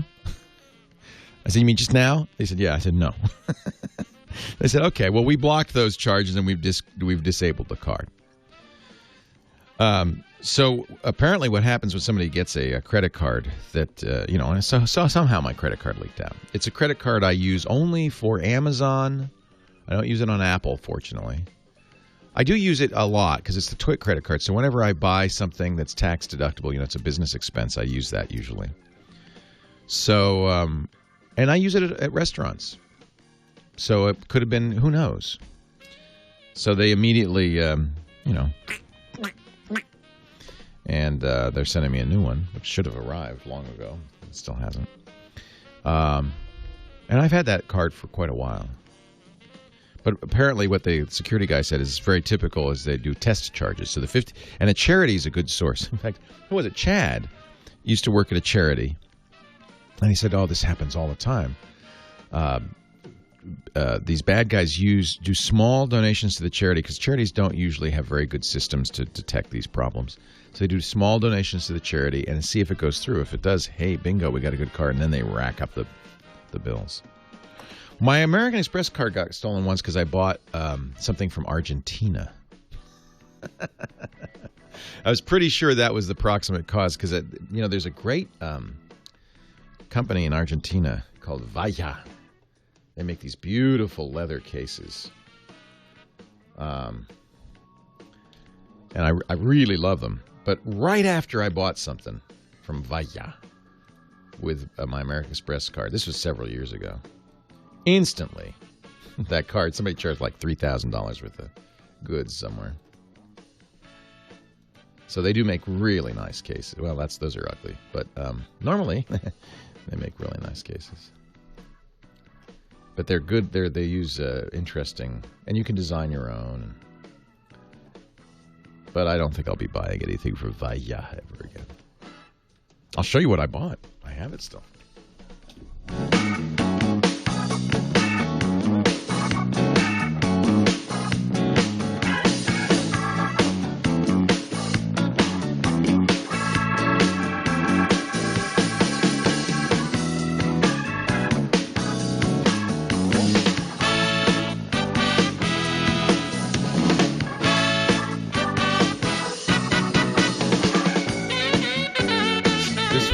This will tell you how long ago this was. This is a Vaya. Beautiful. Aren't these beautiful leather case for my Palm Life Drive? But they just make, these are beautiful. But I won't be buying anything more for them. Do I use that credit card for my Sky Mall purchases? I do indeed. Oh! That's the gong. I wonder if that's what happened. I do use it. I bought this Chinese gong. That's probably what it was. Leo Laporte, the tech guy. I told the story yesterday on the show of my credit card fraud experience. It's happening more and more. And companies like Apple and anybody who uses credit cards are becoming just very cautious. And if there is a change to your credit card number, maybe they will disable the account for a period of time to make sure that was legitimate, to have time to email you and so forth. You'll see there'll be an email from Apple saying your information was changed. If this is a problem, call us immediately. It's because it becomes such an out-of-control system. And hackers have just gotten so good at stealing credit cards that... unfortunately, people have to do that. 8888 Ask Leo. That's the phone number. Steve in Mill Valley. Leo Laporte, the tech guy. Hi, Leo. How are you? I'm well. Welcome. We've actually met a couple times before when you were talking at the Golden Gate. Oh, it's this Steve. Hi, Steve. Yeah, Golden Gate Computer Society. Yes. Yeah. Anyway, I have a simple task that's driving me nuts. I had an iPad for a while. So I know a little bit about how it works. but I'm trying to transfer a video file, it's MP4, from my Windows computer to a friend's iPad 2. Right. So the best way to do this is to import it into iTunes. Exactly. And then iTunes will not copy it to the iPad unless it's a compatible file. There's MP4s and there's MP4s. In theory, you know, the iPad should be able to play it, but that's not the case. There's a variety of ways an MP4 can be encoded, and some of them are not compatible. Well, I don't know if that's a problem yet or not because I haven't got into it yet. But I did use Handbrake to do the encoding. Anyway. And did you choose from Handbrake, did you choose iPad as the output? The iPad preset. Good. So you should be golden there. Okay. But here's the issue. I put the cable into the computer. It opens up iTunes. I drag the file from Windows Explorer into iTunes. Does it make any difference whether I have it click on the TV tab or the Movies tab in iTunes? No, it should put it in the right spot automatically. Okay. Then I get a message saying, do you want to erase the library because iTunes can only sync up with one computer? Right. So here's the problem. That iPad's is not attached to your computer. It's attached to somebody else's. And I don't know whether that means it's going to delete some pointers. It's going to start all over again. Yeah, don't say no. I did. Yeah, do not erase and sync. So syncing is not how you're going to get that file onto the iPad. One way to do it would be give the guy the file and have him put it on the iTunes that was originally attached to that iPad. This is a kind of a poor man and a very poor man's form of copy protection that Apple's employing. You can only attach an iDevice to one only computer at any given time. The idea being, if you attached it to, if your friend brought it to Steve's computer and attached it, he could copy all his files over to your computer, and you wouldn't want that, would you? Okay, so I need to bring, say, a flash drive to his computer and then do it from there. That'd be the easiest. You can also, I think he could check the box on his iPad on his iTunes that says, manage this iPad manually. And if he does do that, then I do believe that he could then connect it to your computer and you could drag it right to his iPad. Not to your library, but right to his iPad. But he has to turn on manage manually. And he has to do that from his computer. Oh, from his computer? Yeah. He's got to link it up to his computer. You can't change, just like you can't copy files over to his iPad, you can't change the settings on his iPad. He has to change the settings from his computer, the one that it was originally synced to. Say, manage manually. It's in the settings. And then I'm pretty sure he could then bring it over and you could just copy it over. Okay. There are other ways. There's, Wi-Fi apps and so forth to transfer it, but this is the simplest way to do it. Okay. Now, I have one other question, if you don't mind. Sure. It's more of I don't really expect an answer, but maybe you can shed some light on the issue. I have a phone which I took to Europe a couple years ago and had it unlocked prior to that, and it worked fine. I was using a local SIM card over there. Last May, I went over there again, and it was locked at this point. What? So, locked, yes. What? The phone was unlocked, and then it became locked? Yes. And I called Level 2 at Motorola and T-Mobile. They both said your phone gets relocked when it goes back into the U.S., and you put our card back in it. I never heard of that. That stinks. I thought that was crazy. Was it originally an unlocked phone? No, it was a locked phone from T-Mobile originally, but they gave me the unlock code. Ah, I see. Well, ask them to unlock it again. Well, yeah, I did. I have a new code. That's very annoying.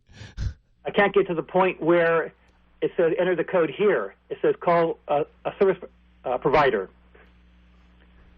So anyway, I'm working with the yeah, I don't. There's no setting to unlock a phone. Usually, there's a very complicated sequence of numbers and characters that you have to enter in there, as if you're dialing them. #*339 *** pound. You enter that as if you're dialing it, and then it unlocks it. If the code you have looks like that, try that. Just try dialing it. in the dialer. Okay. And often that's how they unlock it. Okay, but this is, I guess, an unusual situation then. No, actually it's not. Because you bought the phone subsidized from T-Mobile. That's why they lock it, right? They gave you a deal on the phone, but they expect 2 years of your absolute undying loyalty. And failing that, they're going to charge you. I've never heard, by the way, I don't know how they get away with this. What if a dry cleaner said, well, I'm going to give you a bag, but you may not use this bag with another cleaner. I'm going to charge you $175. Seems to me that would be kind of evil. But for some reason, the cell phone companies get away with this. Now, the law requires them after a certain period of time, after you've kind of amortized out the cost of that phone, to unlock it. But I have a feeling that there's a little loophole that you just discovered that says they can relock it if some event happens. So the best thing to do is next time, Steve, just get an unlocked phone. It won't be subsidized. That's what I do. I buy my phones unlocked. They won't be subsidized, but you could put your T-Mobile SIM in it and use it, and then when you go to Europe, you take the SIM out, put another one in. It's never locked. But having a locked phone at one point, apparently there's a loophole that allows them to relock it, which is pretty bad. Okay. Well, Steve. Hey, one more tip, and a good point from the chat room. There is a program, you know it, I'm sure, called Dropbox. You can get, you can get, I think, 2 or 5 gigs free. I can't remember what the current free standard is. There is a Dropbox app for the iPad. So another way you could do this is just put it on a Dropbox and then tell your friend, put Dropbox on your iPad and the file will be at this location. Okay, that sounds great. That's probably an easier way to do it than having him unlock and unmanage and all that. Dropbox is a nice feature. That's a nice feature of Dropbox. Thank you, Steve. Great to talk to you again. I gotta make another trip down to the Golden Gate Computer Society. One of the great long-time user groups. They've been around a long, long time. We still need them, got to tell you. 8888 Ask Leo, that's the phone number, 888-827-5536. We put links to everything I mentioned in the show notes on our website, techguylabs.com. Hi thee there if you would like more information or to join our chat or to call. It's all on the page, techguylabs.com. Leo Laporte, the Tech Guy. I'm going to go get the clock. It's out on the windowsill getting synced. You could save up to 50% versus color lasers. But the ink isn't the only place you can save. Since the Workforce Pro zips out two-sided to it, you can also cut back on paper. What was that link? They stretched. So they're getting Yerba Buena centers ready for the event. And I guess this is from Mac Rumors. And they say, what, it's stretched? What, I don't see. Apple's, however, one eagle eye believes the facade shows a stretched iOS icons. What? Oh. So what looks like merely like stripes is encoded. That is so ridiculous. You people, Game Center, and don't you have better things to do?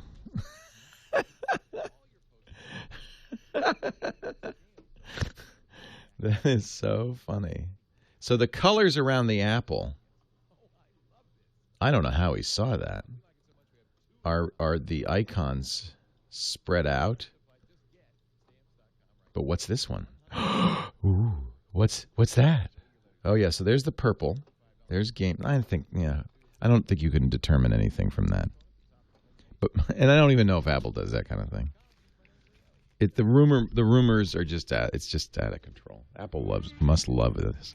Hey, there is a new iPhone coming. I think we can basically assume that since that 5 shadow. So maybe now, before it comes out, is the time to get a quote for your old iPhone. Are you going to upgrade? Well, if you are, or you maybe want to change to another phone, you ought to know about Gazelle.com. Gazelle is the place to bring your old gadgets, whether it's iPhones, phones from HTC, Samsung, Motorola, Nokia, BlackBerry rims, iPads, iPods, MacBooks, or iMacs. and get the right price. Let's say, oh, I got an iPhone 4S. It's time for me to get a quote here. These quotes are good for 30 days, so get it now. $280 for an average quality iPhone 4S. That pays for your new iPhone, doesn't it? That's a good deal. They pay the postage, throw it in a box, throw everything else in the box. Anything worth more than $1, they will pay the postage. Then they send you a check or a PayPal or, and this would be my recommendation, an Amazon gift card because they add 5%. Get the offer, good for 30 days from Gazelle.com. And then if when the new iPhone comes out on Wednesday, you say, hey, I want it, you could take advantage of that quote. I could tell you one thing, the price is not going up on the old iPhone. I'm pretty convinced. History tells us. Look, they even take iPhone classics. In fact, they'll even take broken iPhones. They won't give you as much. Let's just see. If I had a 4S on AT&T, and it was 32 gigs, but it's broken, $95 for a broken phone. If it's in good condition, $280. Flawless condition, $295 plus add 5% for your Amazon credit. That's pretty good. Gazelle, Gazelle.com.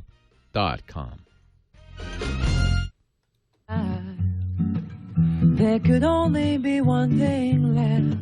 All right, not 32, Leo. I know we deserve the best.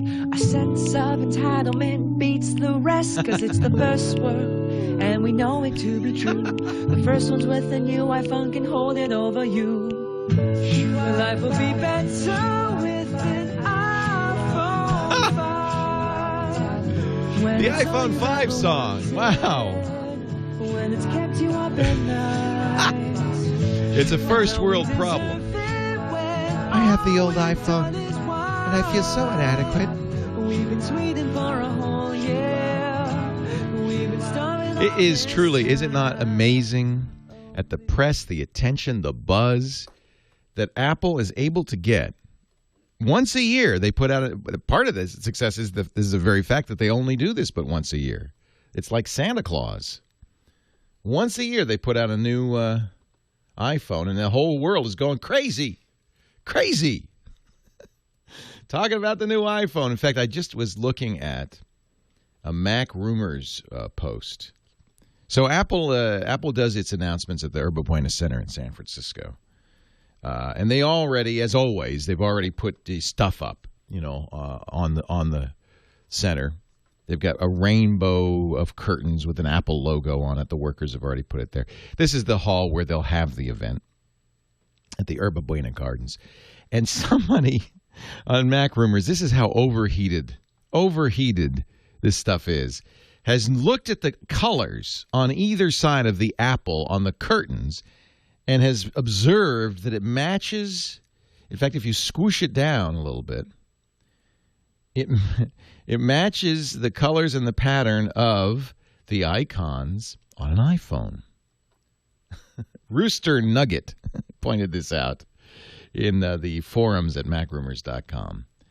But there's a mystery icon. Ooh. I suppose Apple might have done that. I guess they did. I mean, how could they have done that by accident? It'd be a wild coincidence if they did that by accident. So is there a secret message hidden in there? Who cares? I'm not going to fall for that. But it does begin 10 a.m. Pacific time on Wednesday. It's funny. We do I have a podcast network. We do live audio and video, and we do other events. We did the Amazon event this week. Amazon announced new Kindle Fires and some pretty cool stuff. In fact, some very competitive stuff with Apple's iPad at really low prices and all that. And we get, a few thousand, maybe 5,000 people will watch the live stream that we do of the event. They want to know what's going on there at the office or whatever. Typically for Apple events, we will get 50, 60, 70,000 people watching live. In fact, for the iPad 1 event, we had 180,000 people at one time watching this live stream because Apple doesn't broadcast it in any way. So I'm going to do it again Wednesday, 10 o'clock in the morning, Pacific time. That's 1 p.m. Eastern on twit.tv. You're welcome to watch live. I will sit there with my commentators, my colleagues, Tom Merritt, Sarah Lane, Ayaz Akhtar. We will be reading the live blogs just like everybody else, kind of collating the information. We will do something a little different, though, because we can't get a live stream from Apple. I've commissioned a Tim Cook puppet. And so Brian Hogg, who's a really talented puppeteer up in Toronto, is making a Tim Cook puppet. We're going to have we'll basically, as we do it, we can't show you the live stream. That would be wrong. But we will show you the puppet reenactment of the live stream so that you can see what Apple's announcing as close as possible. I'm not going to mock Tim Cook. No, we can't show it. So we'll, it's like the old days of baseball. Remember, in fact, Walter Cronkite got to start doing this. He'd sit there with a wire report from a baseball game.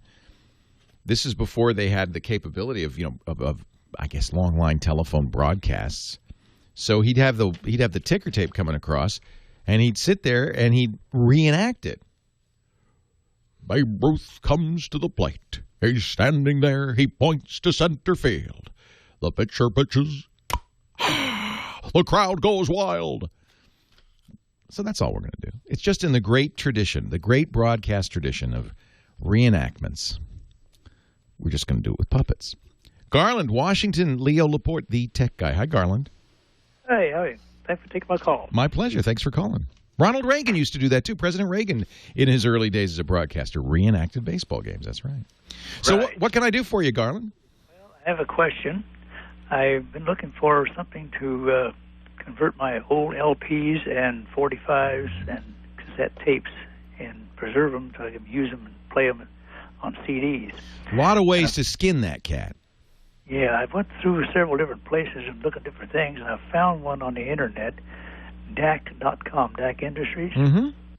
I don't know if you have any. Yeah, I'm familiar with them, and they're very inexpensive. They make USB devices, that digital analog converter. That's what DAC stands for. The whole thing over into computers. Yeah. So. Do you remember Crosley radios? Oh, yes, way back. So somebody apparently has bought the Crosley name, and they actually make some really cool stuff for exactly this purpose. If you go to Crosley Radio, Crosley. Now, I don't know if you want this or not, but what they make is they make turntables and cassette players. They look like the old school wooden Crosley radios, but they have CD burners in them.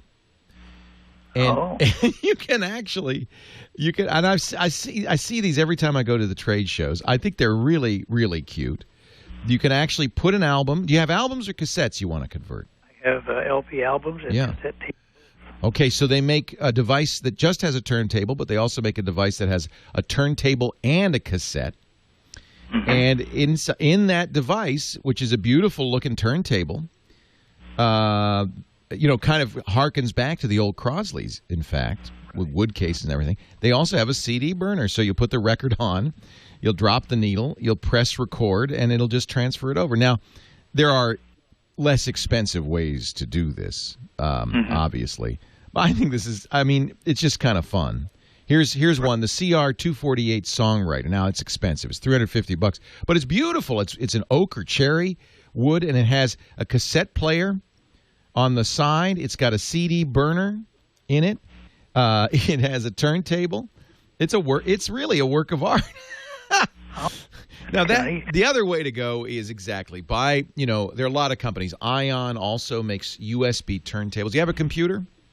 Yes, I have a computer, and I have a stereo turntable with 3-speed on it. Well, if you already have the turntable and you already have the computer, it's actually pretty simple. You can go down to Radio Shack or anywhere. What you need is an amplifier that will take the turntable out, because the turntable, has an unusual output. It's not a line level or mic level. It's a turntable level output. It needs a ground. It's unbalanced. So you'll need a little device. You can go in, if you ask the Radio Shack guy, it wouldn't cost you more than $50.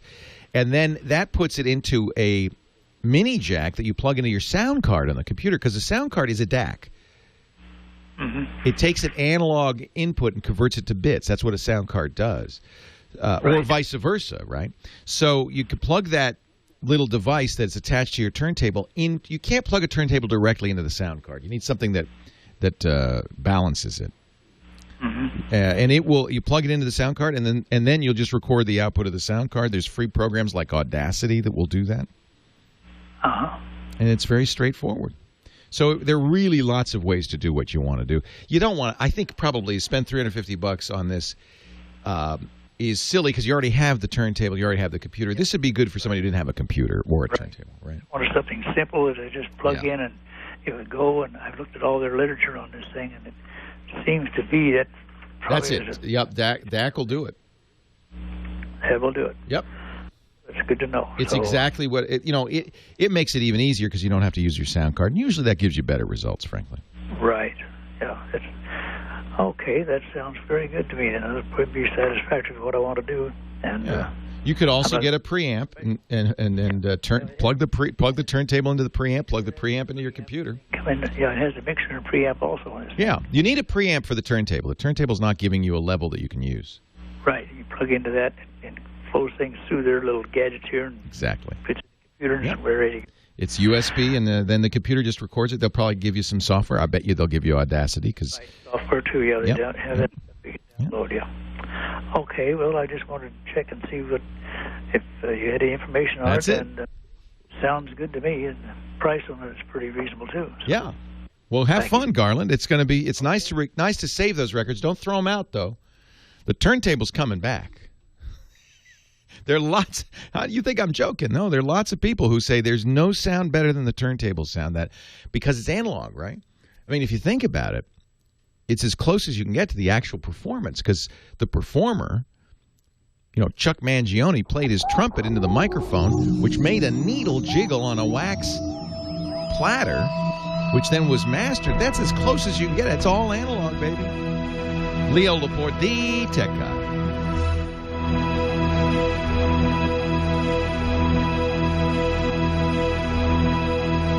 Yeah, NAD, I'm sure, makes better stuff, but I'm sure it's also a lot more expensive. NAD's not cheap. Let's see what this is. This is the Phono preamp. Yeah, this is like a real preamp with USB out. Oh, that's cool. And how much is that? Oh, and they do a Vinyl Studio, which is actually a good program. You get a little bit better software with this. It's not the Audacity. But how much is it? Where can I buy it? Where is it? I don't see it anywhere. Yeah, this would do a good job. Huh. Today is Trey Ratcliffe, who's coming into studio. Ryan Block will give us the latest on the iPhone. And Mike Elgin from Greece. He's living in Sparta. Free button. I'm not kidding you. Oh, I didn't do my ad. Dag nabbit. Linear tracking. I remember that. The SL10. That was a good turntable. They are only taller, not wider. You know why? We already know that. The phone will be taller, not wider. We already know it's 1136 by 640. Have you talked to Jerry Pornell, Mr. Chad? Have you ever talked to Jerry? Jerry, we're trying to get a hold of you. Want to get you on the show. Jerry listens to the radio show, I don't know if he listens to stream. He probably listens to KFI. Rudy Valley. The tape is analog, too, Yeah, Rudy Valley mastered to the disc, yes. All right, well, maybe I'll send him an email. People seem to ignore you. Who's this Chad? I think they see my picture on Google Plus profile. Oh, he's got red hair. Who is he? Who is this Chad?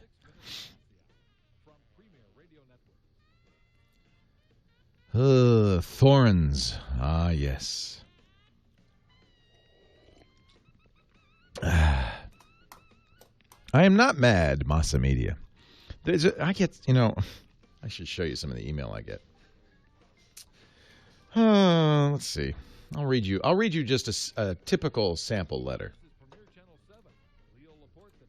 This is from Hal. Dear Leo, I've been a fan for many years, but I think with your latest anti-Apple decision, I think has taken your resentment of Apple way over the edge. First, let me say that when you broaden your horizons, as your programming took advantage of Windows and Android software and hardware marketplace. I thought it was good business.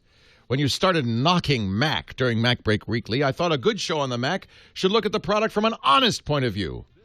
A number of times your displeasure with Apple sounded personal, especially just before Apple events. But always I wrote it off as my problem, not yours. However, now you've just called the technology press who attends Apple events the tame press, and you've announced a serious puppet spoof of Apple executives announcing their new products. How childish and petty can you get?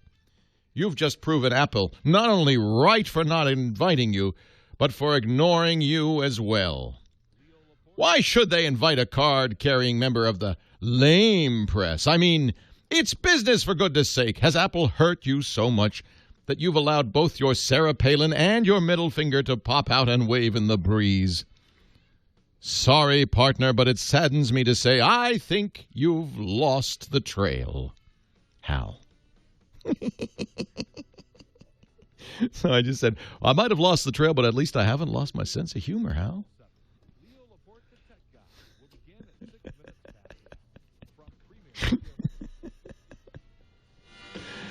Oh. Yeah, that's the irony is that, I only use Apple computers, when given the choice. I don't use an iPhone. I do think the Samsung, I think Android's superior right now, but... And believe me, it is the tame press. Apple does not invite anybody who's critical of Apple. They really don't. And I'm not bitter because, to be honest, I can't go. Even if they invited me, I think we do a much better job. For instance, Andy is going to be at the event, as is Jason Snell, and they're going to come out of the event and then come do Mac Break Weekly. But I can't cover the event and be at the event because they won't let me stream from the event. So I think puppets are actually a good idea. It's merely so that we can reenact. I'm not trying to make fun of anybody. In fact, I told Brian, just read the text as written. I hope the pillow arrived. Oh, I bet it didn't. Did you mail the pillow? You didn't mail it in time. He's leaving today. Yeah, we forgot. He can have it on the way back. I'm mocking Apple mercilessly. Mercilessly!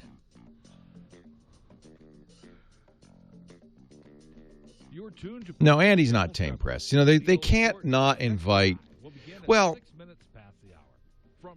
actually they can because I have probably one of the largest Mac audiences in the world. However, they can't not invite mainstream press, right? So big newspapers get invited. But new media, they really choose. They don't invite Mac Rumors, Apple Insider, Gizmodo. They don't invite anybody that pisses them off. Not that I care. Honest, I don't care. I do not get free iPhones. I buy all my iPhones. I buy all my Apple products. I buy all my products in general.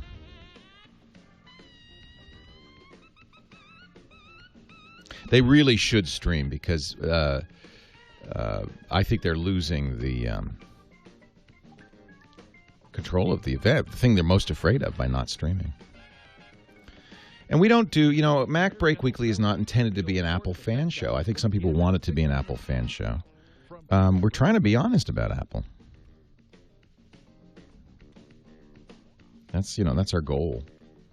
I don't represent any tech company. I represent the power user, the user. And yes, that's why I can't go back to Apple events. This was the iPad announcement. They weren't streaming it, so I streamed it. It looks like next to me is the editor of PC Magazine. That's I can't remember his name in front of me. Was that MG next to me? I think it is.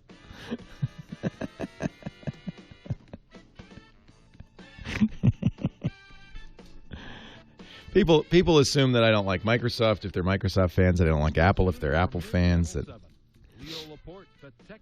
and the point is, this is not to be a fan thing. No, we'll follow The Verge, but we'll also follow Engadget, Mac World.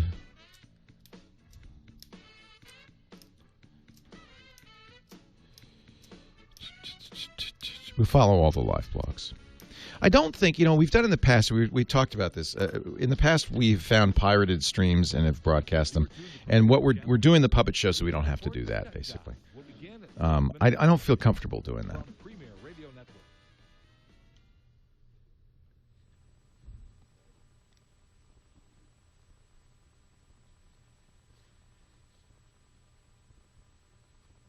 I love the Galaxy Note, Barno. It was my go-to phone before the S3, and I'm waiting for the Note 2, and we'll buy it immediately and probably switch over to that. I like the big screen a lot.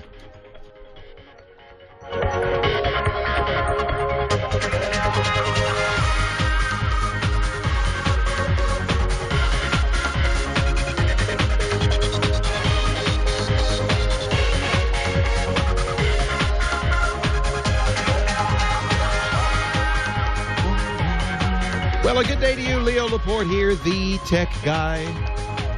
And it's time to talk about computers and the internet, cell phones and cameras, home theater, anything with a chip in it.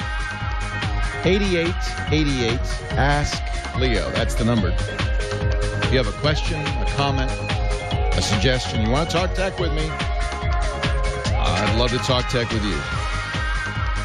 Boy, we are in the exciting time now for people who love gadgets. This week, new gadgets from Nokia, from Amazon, from Samsung. Next week, Wednesday, this week, I guess I should say, this coming week, new gadget from Apple. We presume the iPhone 5. Some rumors, at Mac Rumors, some folks are saying that there'll be no iPods on Wednesday. That's possible, although it seems unlikely. It seems more like Apple would do that in a separate event with a new iPad mini, because we do believe there'll be an iPad, 7.8-inch iPad as well. It's possible Apple will jam it all together in the announcement on Wednesday. Most Apple watchers, especially the well-connected ones like John Gruber and Jim Dalrymple of The Loop, think it'll be in October. So we'll see. But the big announcement, in my opinion, this week was from Amazon.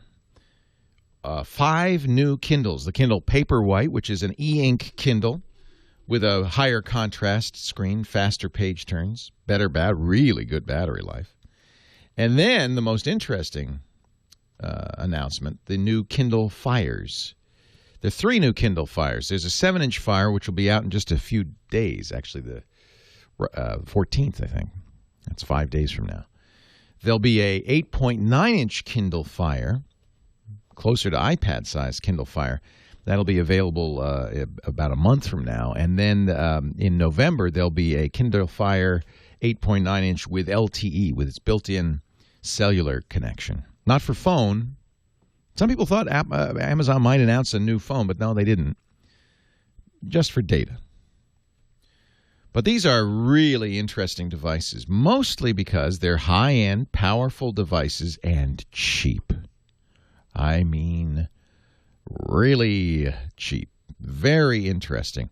The 7-inch, and by the way, I've ordered both, and I should have the 7-inch on September 14th. So in time for next week's show, and I'll talk about it. The 7-inch starts at $200 for 16 gigs of memory. Another $50, you get 32 gigs of memory. Very high-res display, 1280 by 800. That's HD quality. It's an IPS technology, which is a very good LCD kind of screen. And at that resolution, at that size, it's very close to the resolution of the iPad. I would say it qualifies as what Apple calls a Retina display. That is a display that, when used at a normal distance, you can't see the pixels at all. It just looks, and they look beautiful. It'll be the first tablet to ship with dual band, dual antenna Wi-Fi, 2.4 gigahertz and 5 gigahertz. Microsoft has announced the Surface will have that as well, but this is going to come out before the Surface does. Dual core 1.2 gigahertz processors with very fast graphics capability. And then, most importantly, from the point of view of Amazon, it's a portal to the Amazon TV, movie, music, bookstore. And I think that they've done some things that are directly aimed at Apple, besides the price, which is clearly aimed at Apple. They're going to have multiple accounts so that if, different people in the family use it, the kids have one account, you have another account, that keeps the kids from looking at your content and vice versa. Lets you have parental controls. They're going to have good parental controls. That's something the original Fire did not have. This should be a very exciting product. Of course, I'll reserve my opinion until I try it. But dual speakers, for instance, with Dolby sound, that's something the iPad doesn't have.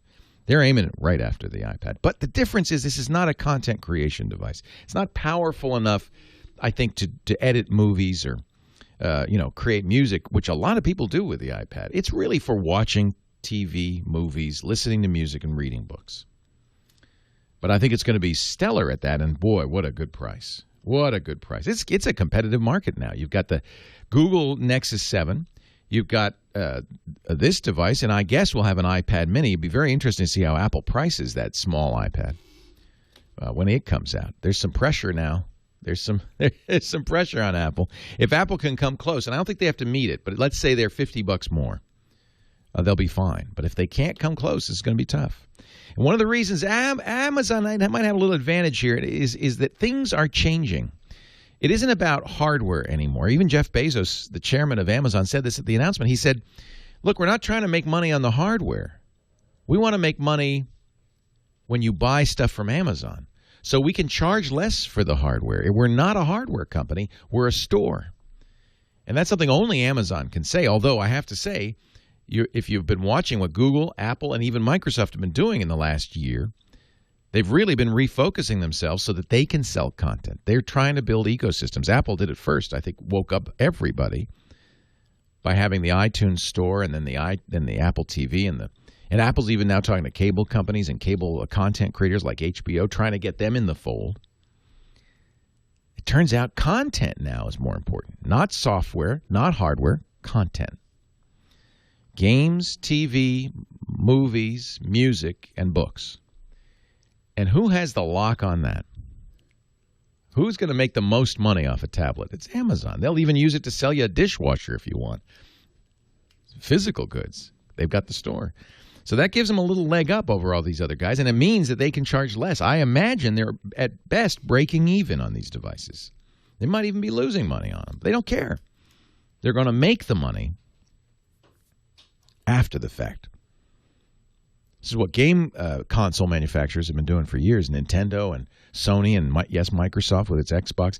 They essentially sell these products at cost or even less and know they'll make it up in the cut they take of each and every game that plays on these devices. Nintendo invented that business many moons ago. So I think we're in a very interesting time where devices have gotten less and less expensive. Amazon is being very aggressive here. And my suspicion is they're going to eat away some of Apple's audience. I'm excited. I bought one. Of course, you know me. I mean, I'll buy everything. I'll buy anything. I have no taste. It's my job.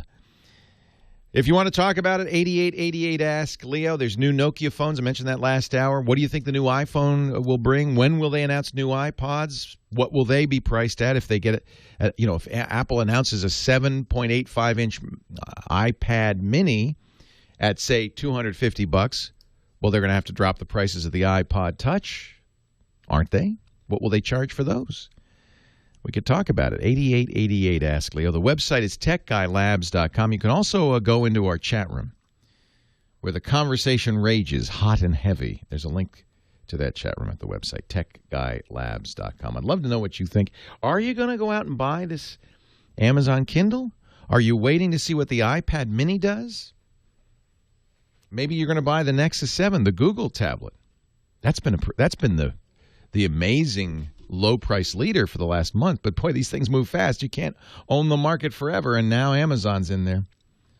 I should have one by next week, and I'll let you know how it competes. You can't beat the price. I mean, we're talking less than half what an iPad would cost. Less than half what a comparable iPad would cost. Of course, there's no iPad with a screen that small. I like 7-inch screens. I think there's something to be said for them. I got a Nexus 7, the Google 7-inch tablet, and I haven't really used my iPad that much ever since.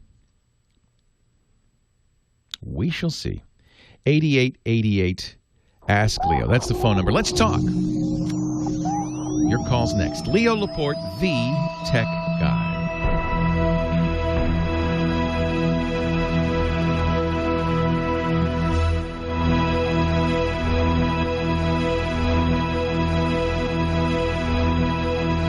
No, it's my understanding Becky has not been re-invited. Well, you have to. You're a sysadmin or you're an you have to mind your P's and Q's at Apple events. Your company's systems running reliably on sometimes ancient hardware. Document generating and editing on the road. There's just no question the iPad's the king right now. Well, that sounds familiar, and I'm sure it does. There's just no question. And you probably would want a keyboard too, like the Logitech ultra thin iPad case and keyboard.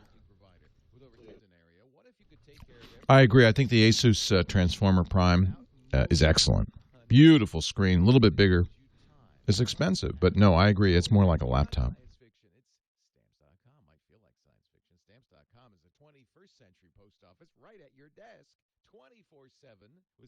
It is not free ATT wireless. You pay $50 a year for 250 megabytes a month, which means you'll be spending more almost certainly every month. So not free. In fact, kind of to me, a teaser price. Oh, I love this. Stamps.com. We like it so much we have 2 accounts in our office. We were fighting over the digital scale. You don't have to. We wanted to do Statler and Waldorf with me and Dvorak on the coverage, but we weren't able to get that together in time. Next time. Good run, R7. I'm glad to hear it. It's a great hobby. I haven't really done much with it. I haven't had time. I'm a bad ham.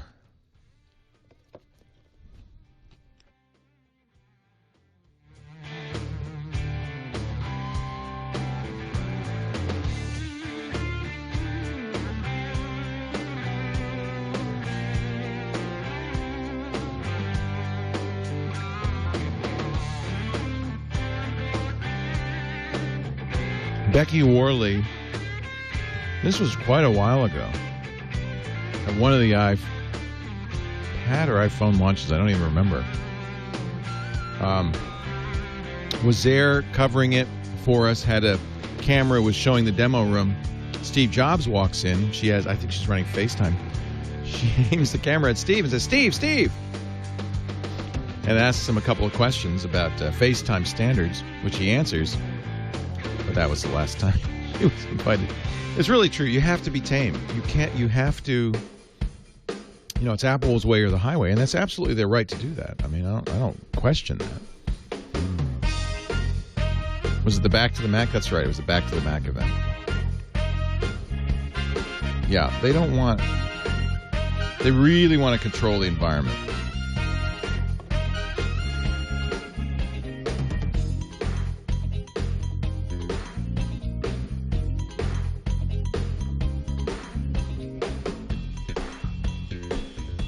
And I have to say that, there's 1 million people listen to this show, and real people, like people who are trying to decide whether to buy Windows or Mac. 180 stations. Mac Break Weekly, 70,000 listeners a week, which is close to the circulation of Macworld magazine. So we easily have the largest Macintosh audience in the world. But they don't care about that.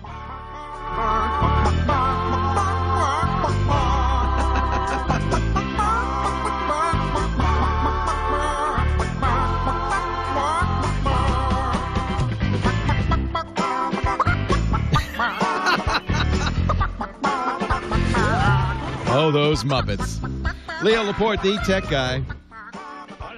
8888 Ask Leo's the number. A couple of people asked in the chat room during the break about the 3G or 4G plans on the Kindle Fire. It's not a good deal, in my opinion. In fact, the original Kindles with 3G were a great deal. WhisperNet, Amazon called it, and it allowed you to download books over 3G for free for life. Which was, you can't knock that. It was built into the price of the device. That is not what they're doing with the Kindle Fires with 4G. They're giving you for $50 a year, so there is a subscription fee of $50 per year, 250 megabytes a month. That's not one TV show. That's 15 minutes of high-def video. It'll be all right for books, but that's all.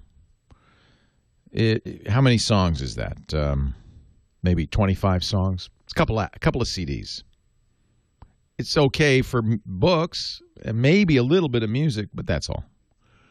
And the sad thing is, I think people are going to say, "Ooh, I get $50 a year and I get a lot of bandwidth." And what's going to happen is they're going to quickly go burn through that 250 megabytes and then pay the overage fees, and it'll end up costing you more than an iPad, which is $20 to $30 a month. So I don't think that's such a good deal. If you do mostly Wi-Fi and you just use the 4G for an occasional, like, oh, I'm at the airport and I really want to watch 15 minutes of Mad Men. Okay.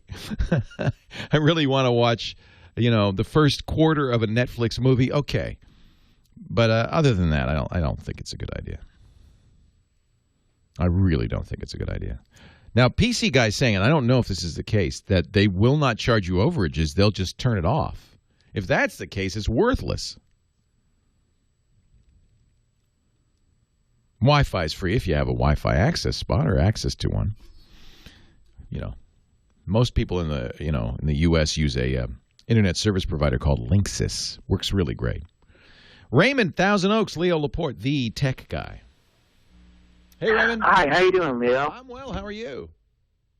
I'm good. I had a question. I'm running a Dell desktop with Windows 7 Home Premium, and someone told me that one way to get a better response time on the computer was to free up space on your hard drive. Well, that's not true unless your hard drive's really, really full. How much free space do you have on your hard drive? I don't know. What I did was I got me an external hard drive of 1 terabyte, and I put a lot of gigabytes on there, but it wasn't any faster. No. It's only going to slow your computer down if you've got like 100 megabytes left, and even then it might not. I don't know why they said that. That's not an issue. It's not good to have a very full hard drive for a lot of reasons, but that's not the issue. Okay. Maybe they meant more RAM. Maybe they didn't mean more storage. They might have meant more RAM. You understand the difference? Storage is hard drive space. RAM is the very fast memory the computer stores the operating system and programs and data in. And if your computer came with 1 or 2 gigabytes of RAM, for Windows 7, that's the minimum. You'd do a lot better with 4. How much RAM do you have? Do you know? I think I have 1 gig. Yeah, that's okay. That's what they were talking about. So the good news is if it's a desktop, even if it's a laptop, it's usually not very expensive to upgrade. 4 gigabytes should cost you under $100. Go to one of the RAM sites. The best way to buy RAM is to go to Crucial.com or Kingston.com. Both of those sites have RAM pickers where you'll enter in exactly the model of the computer you've got, and they'll sell you because different computers use different kinds of memory. They'll sell you the right kind of module. In most cases, they'll have videos there that show you what's involved. You should look at that and make sure you're comfortable doing the addition. It's pretty easy on most systems. Laptops, a little trickier. But yeah, 1 gigabyte, Raymond, even on Windows 7, which is very fast, is pretty low. People often talk and mostly talk about the speed of their processor as if that's the speed of the computer. It's not. It's a part of it, but the computer is as fast as its weakest link. In fact, when you on your Windows 7, you can run the Windows Experience checker. And just type Windows Start and type Windows Experience and run that. And what it does is it tests all the subsystems. How fast is the hard drive? How fast is the video? How fast is the processor? How fast is the memory? And then gives you a Windows Experience score based on all of the above. But it'll show you individual scores. And usually the overall score is close to the lowest of the 5 different scores, 4 or 5 different scores. Because if the RAM is really slow or there's not enough of it, that's going to slow everything else down. If you only have a gigabyte of RAM, your computer is going to spend a lot of its energy moving stuff into and out of memory instead of calculating, thinking, processing. Similarly, if your hard drive is slow, the CPU could be really fast, but it's going to sit there waiting and waiting and waiting for data to come up off the hard drive. That's one of the reasons people speed up computers with SSDs, solid-state drives. These are drives that are much faster than spinning drives. They don't have any access time, and usually read times are really fast. And that by itself can make a huge difference in the performance of the computer. So the computer is really a system, and the speed of the computer is a holistic system, a number that reflects all of the subsystems and how they perform. Not enough RAM is certainly a big one. I'd say actually maybe the most important is the speed of the hard drive. Boy, you put an SSD drive, even in a computer with a fairly slow processor, as long as the bus, the channels that transfer data inside the computer are fast enough to keep up with the hard drive, you could see a huge improvement in speed. Huge improvement. So what is a good Windows experience benchmark number? I'd say 5 or higher. Would you agree, Fraser? You can't get much higher than 7 or 8. That's a really fast system. But if you're seeing 2s or 3s, that's a pretty slow system. You'd like to see around, 4 or better at least. Most systems that I've seen that are modern systems with good components, 5.5 or better. And adding more RAM might make a difference. Absolutely. The people in the chat room are sharing their Windows experience numbers. I've got 7.1. I got 5. Nobody under 5 in our chat room. We got sophisticated users. But adding memory is easy, and you could probably do it yourself, Raymond. It's worth it. It's fun. Feels good. Douglas in Appleton, Wisconsin. Leo Laporte, the tech guy. Hi, Douglas. Hey, Leo. How are you doing? I'm well. How are you? Good. Say, I want to do like a podcast, and I purchased a Audio-Technica AT2020. Oh, what a great mic. I love that mic. Yeah, if Father Robert Balance. Yeah, he likes it too. Yeah, he's a podcaster on our network, yeah. Hang on, Douglas. I'll get to you right after the break. We got to take a break for the bottom of the hour. Oh, did I hang up on him? You still there? Hang on. Leo Laporte, the tech guy. 5.9 is the highest you can get with an SSD. Really? Is that true? 7.7. Wow.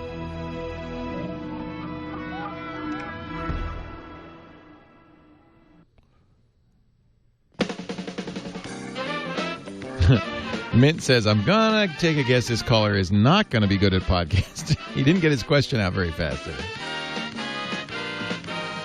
The Windows experience number doesn't mean much. What it will tell you is if there is a component significantly slower than the rest. So that's kind of what you're looking for, is a balanced system. So if you have a system where, I wonder, do they still do it in Windows 8? Let me see.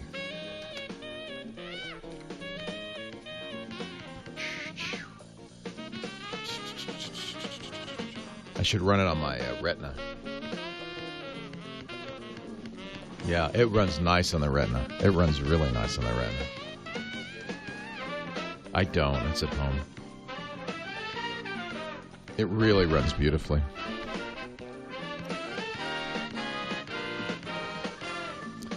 Both. I was going to install on here, and I'm having trouble with the boot camp on here for some reason, but installed flawlessly on the Retina, and the drivers are a little bit of an issue because of the Retina. But I was able, but I just set the resolution. Oh, good. Well, I'm only installed it once, so all right. Ooh, I don't know what I changed my login. A new version of VMware Fusion. Oh, I updated it on the Retina. I haven't updated it here, I see.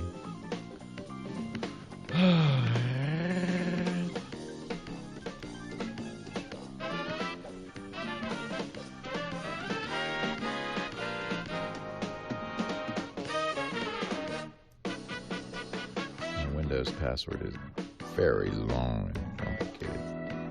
And you can't paste it.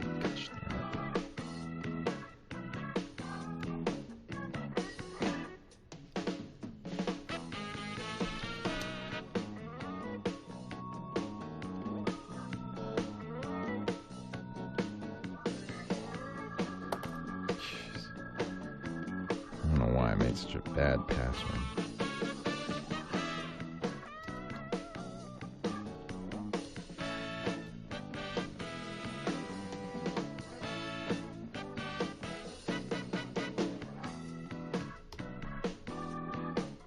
Uh-oh.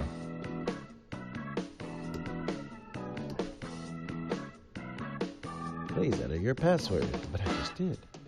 Well, maybe I can run the Windows experience anyway.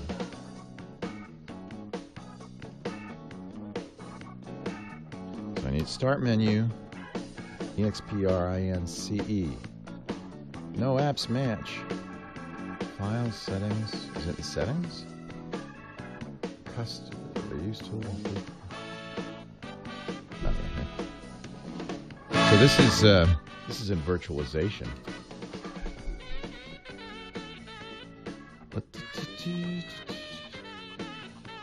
Rerun. It says my scores are current. So 7.1 on processor, 5.5 on memory, 7.4 on graphics, and this is in virtualization. That's pretty good. 7.4. There's something wrong. Maybe that's in.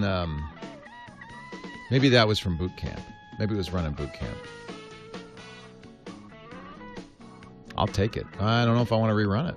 But see, the lowest subscore determines your overall.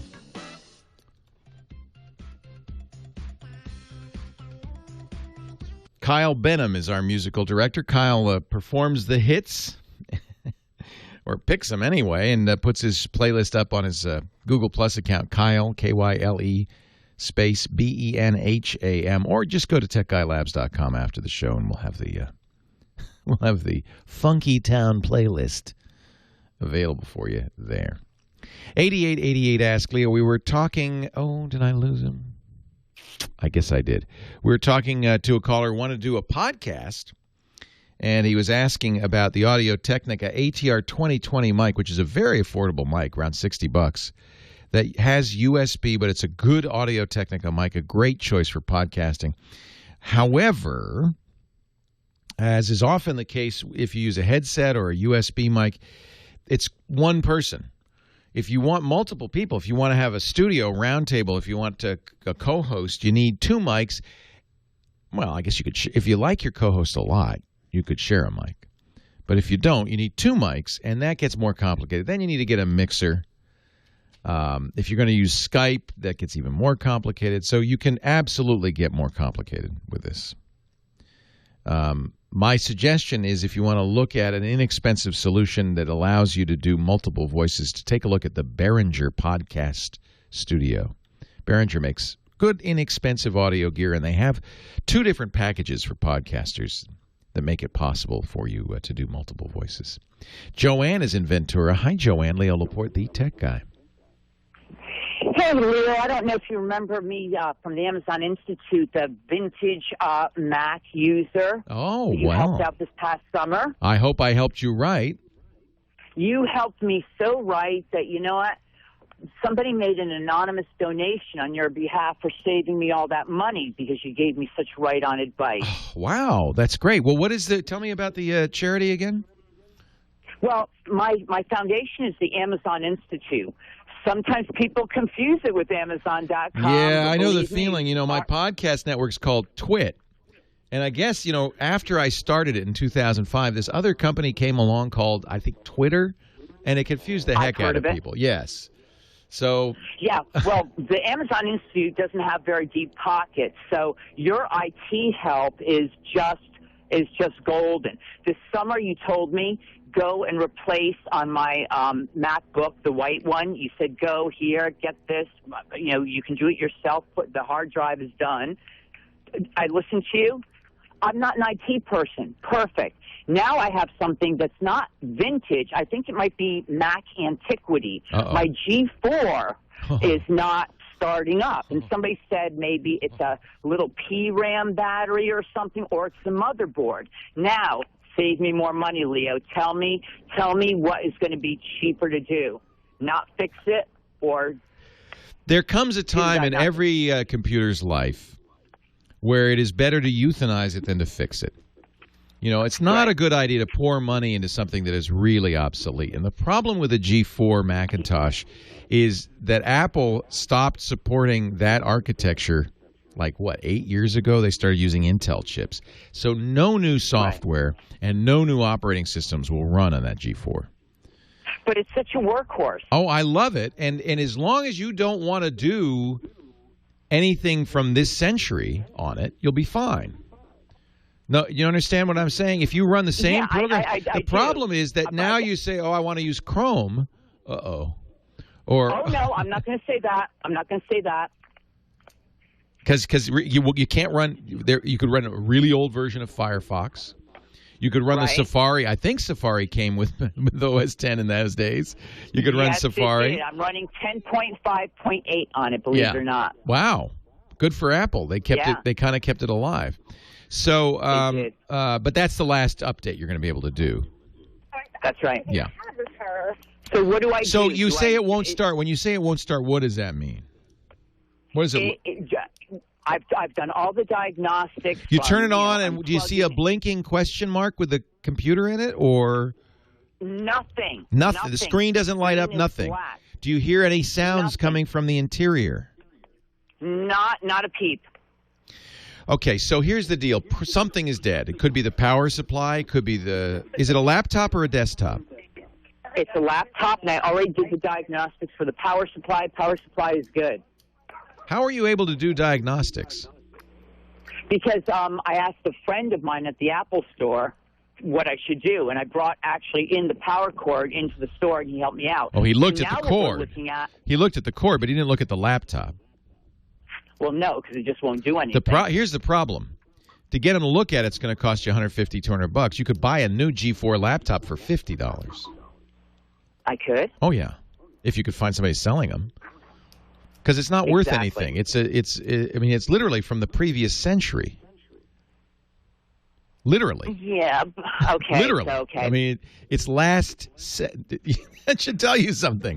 It's from a previous, not decade, century. So, the power cable is not the problem, but it could be the power supply inside it. It could be the motherboard. It could be the hard drive. It could be something really simple. It could be something really expensive. But nobody's going to look at it for less than $150. It's not worth even that. So now I understand you're a nonprofit. You don't have money to go out and buy a new one. So I would try to get something newer but used. Apple does have a good outlet store where they sell as good as new Macintoshes for several $100 less. A Mac Mini, maybe a used, refurbished Mac Mini, might be a good choice for you. In fact, that'd be a great choice for you.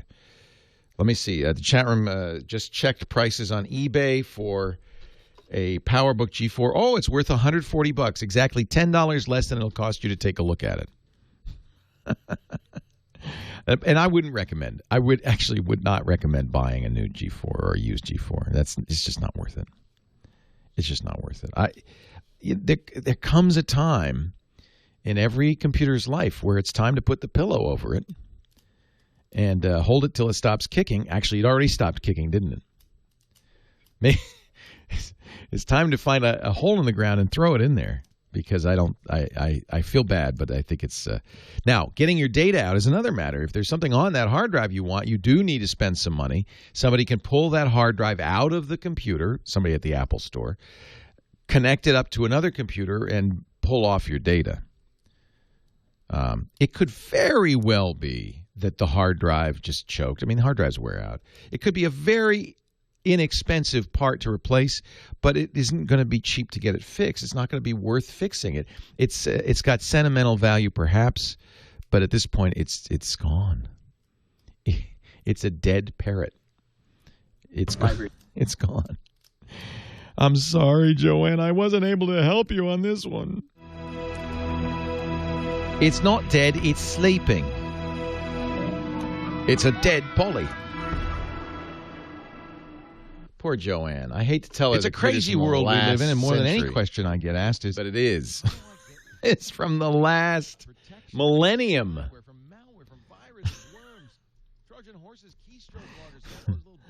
Oh, I hate to do that. I hate to say that, but it's true. Sometimes we have to tell the truth. And it's so lightweight, it doesn't bog your system down. It's protection you won't even notice. ESET's not 32. All right, I'm going to let you listen to the dead parrot while I eat some more salad. For 30 days.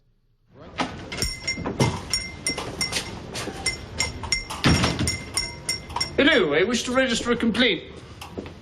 Hello, miss. What do you mean, miss? Oh, I'm sorry, I have a cold. I wish to make a complaint. Sorry, we're closing for lunch. Never mind that, my lad. I wish to complain about this parrot what I purchased not half an hour ago from this very boutique. Oh, yes, the Norwegian blue. What's wrong with it? I'll tell you what's wrong with it. It's dead. That's what's wrong with it. No, it's resting. Look. Look, my lad, I know a dead parrot when I see one, and I'm looking at one right now. No, it's not dead. It's resting. Resting? Yeah. Remarkable bird, the Norwegian blue. Beautiful plumage, isn't it? The plumage don't enter into it. It's stone dead. No, it's resting. All right, then. If it's resting, I'll wake it up. Hello, Polly.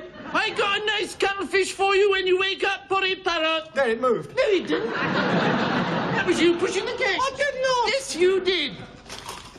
Hello, Polly. Polly. Polly Parrot, wake up. Polly!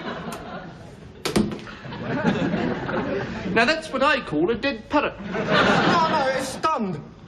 Look, my lad, I've had just about enough of this. That parrot is definitely deceased. And when I bought it not half an hour ago, you assured me that its lack of movement was due to it being tired and shagged out after a long squat. It's got me pining for the fjords. Pining for the fjords? What kind of talk is that? Look, where did it fall flat on its back the moment I got it home? The Norwegian blue prefers kipping on its back. It's a beautiful bird, lovely plumage. Look, I took the liberty of examining that parrot, and I discovered that the only reason that it had been sitting on its perch in the first place was that it had been nailed there. Well, of course it was nailed there, otherwise it muscled up to those bars and boom! Look, matey. I love this bit. This parrot wouldn't boom if I put 4,000 bolts through it. It's bleeding demise. It's not. It's pining. It's pining for the fjords.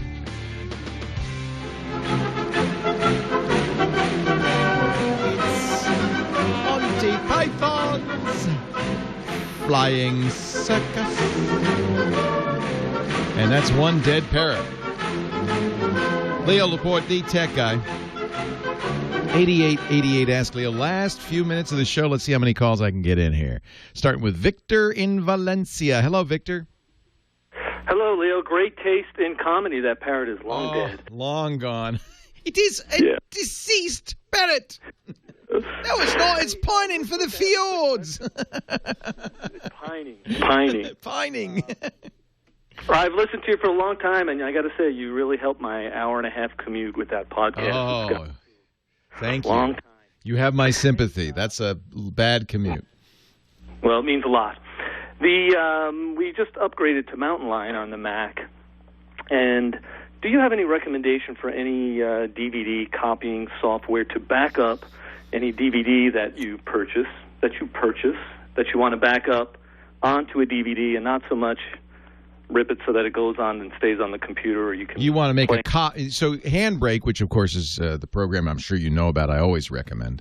I have that, but we used to use Mac the Ripper, but it doesn't work anymore. Yeah, it's gone. It's a dead parrot. Is it a dead parrot? Let me think. Mac the Ripper is long gone. Part of this is that the Motion Picture Association of America is pretty aggressive these days, going after companies that make software that can rip DVDs. Because, of course, DVDs are copy protected, and it is illegal to make a copy of the DVD. The Digital Millennium Copyright Act does not allow for what would seem an obvious use. You own these DVDs. You want to make a backup in case something happens to them. Correct. Now, I got to tell you, no judge in the land would convict you of such a thing. You know, I mean, that's despite the fact that it's against the law. It's ridiculous. However, the making software to allow you to do that is pretty much kind of frowned upon, and the Motion Picture Association goes after people. So I'm just looking at some other choices. One person's recommending RipIt from the littleappfactory.com, and I have used RipIt. I like it. DVD Fab is another one. People are saying the chat room has a number of recommendations. DVD Cloner for the Mac. These are not free. Right. This is interesting. DVDFab.com makes a Mac product for $45 that removes copy protection to copy any DVD into any blank DVD disc or the hard drive. Looks like it's not re-encoding. What you don't want to do, what Mac the Ripper did not do, but Handbrake did, is re-encode. And you just want to keep it and make another DVD out of it. Correct. You know, I hope somebody's writing down, James DeRuvo, who does our show notes, I hope you're writing down these recommendations. There's quite a few scrolling by me in the chat room here. There's one called MacDVDRipperPro.com, which sounds like they're going after the Mac the Ripper market. I agree with you. Mac the Ripper was the product. Yeah. MacDVDRipperPro.com. The easiest DVD ripper for the Mac. Hey, the good news is they have a try it before you buy it. It's $19.95. Hey, this looks like the program. I have not used it. I gave up on DVDs a long time ago. But I know there are a lot of people. In fact, I actually shouldn't say I gave up on DVDs. I just bought 20 Woody Allen movies. And they're on DVD. So I think maybe I do need this. Yeah. This looks pretty good and recommended by Spider and others in our chat room. Mac DVD Ripper Pro. You could try before you buy, and the price is right, $20. So I guess that's the answer, Victor. That's the answer, Leo. Thanks for everything you do. It's a great show, and keep it up. My pleasure. The chat room is a great resource. Gotta say, thank you guys. I'm going to download that right now. I'm very interested. Scott in Wisconsin, Leo Laporte, the tech guy. Hi, Scott. Scott in Wisconsin. Let's try again. Hey, Scott. Hey, I just found your show today, and my computer is more like the guy from the Holy Grail saying, "I'm not dead yet." It doesn't want to give up the ghost, huh? No, I affectionately call my laptop the Beast, and I've had it now since about 2008, and it's got an NVIDIA 8800M GTX graphics card in it. Okay. And long story short, after trying to figure this thing out for a year, and including throwing my graphics card in the oven and baking it for a while, it seems like there's a design flaw in it where they didn't use the right underfill for the solder, which is not heat tolerant enough. So during the usage cycle, as the card heats up, it's developing microscopic cracks in there, and then it's causing things like screens to go blank or weird colors, or my system even locks up sometimes. Wow. And I've got that's bad. Yeah. I've got a repair shop that says that they can do they can reflow the solder connection. Yeah. So what happened is I think they're saying it's a cold solder. That's what you call a cold solder. It's poorly done. Although I would guess that these cards are made by robots by now, but maybe not. Maybe human hands. And a cold solder is a bad connection, and resoldering it will fix it. Reflowing the solder will fix it. Okay, so that takes care of the underfill and everything. They'd be able to use the You bet. That's why baking it in the oven actually works, because you're trying to kind of manually reflow the solder. How much do they want to charge you for that? Well, considering I've already paid quite a bit for them to do unsuccessful diagnosis, they're saying that they'd be willing to do it for $100. You could probably get a better card now for less. Mm-hmm. I don't know. I mean, I've looked into that. I think the 290M I think is one that can replace it, but it's really not that much faster, but at least it doesn't have. Well, resoldering it there's no guarantee. I'm sure they're not offering you a guarantee, but if it's a cold solder, and that's pretty typical of what happens, the device doesn't work until it's warm, usually means a cold solder. Reflowing it would fix it. It's probably not something, unless you're very good at soldering, you'd want to do yourself. But you could if you're good at soldering. It's not hard. You just have to redo it, basically. Wow. Apparently, that's not uncommon. Not uncommon. I always assumed that by now you shouldn't have solder defects in a card, but maybe they made the early ones by hand. I don't know. Line 3, last call of the day, David in Fort Lauderdale, Florida. Hi, David. I think we got about a minute left in the hour. What can I do for you? Real quick. Yeah. I switched to Mountain Lion. Good. And using Notes, it only sends a note to the note application, whereas before I was able to do notes on my iPhone, and it would show up on my email. Yeah. You can't get it to show up on they email used to anymore. use IMAP for notes, and now they want you to sync. Right. That's called. Right. That's, Is there any way to get it to show up? No, that's called intentional behavior. That's something Apple changed, I'm sorry to say. Okay, because it was a great I know. phone, and when I I know. checked my email, there it was. You could just email yourself your notes. You know what? I would look at Evernote. It's free. It syncs. It's great. And it's really good. EVERNOTE. Leo Laporte, the tech guy. Well, that's it for the Tech Guy Show for today. I'm Leo Laporte. Thank you so much for joining us. Don't forget, the Tech Guy is just the tip of the iceberg. We do nearly 30 shows now on the TWiT Netcast Network, and you'll find them all at twit.tv. We talk about Windows on Windows Weekly, Macintosh on MacBreak Weekly, iPad on iPad Today. You get your daily dose of tech news from Tech News Today, and our weekly roundtable show, This Week in Tech. It's all at twit.tv. And I'll be back next time with another great Tech Guy podcast. Thanks for joining me. See you next time.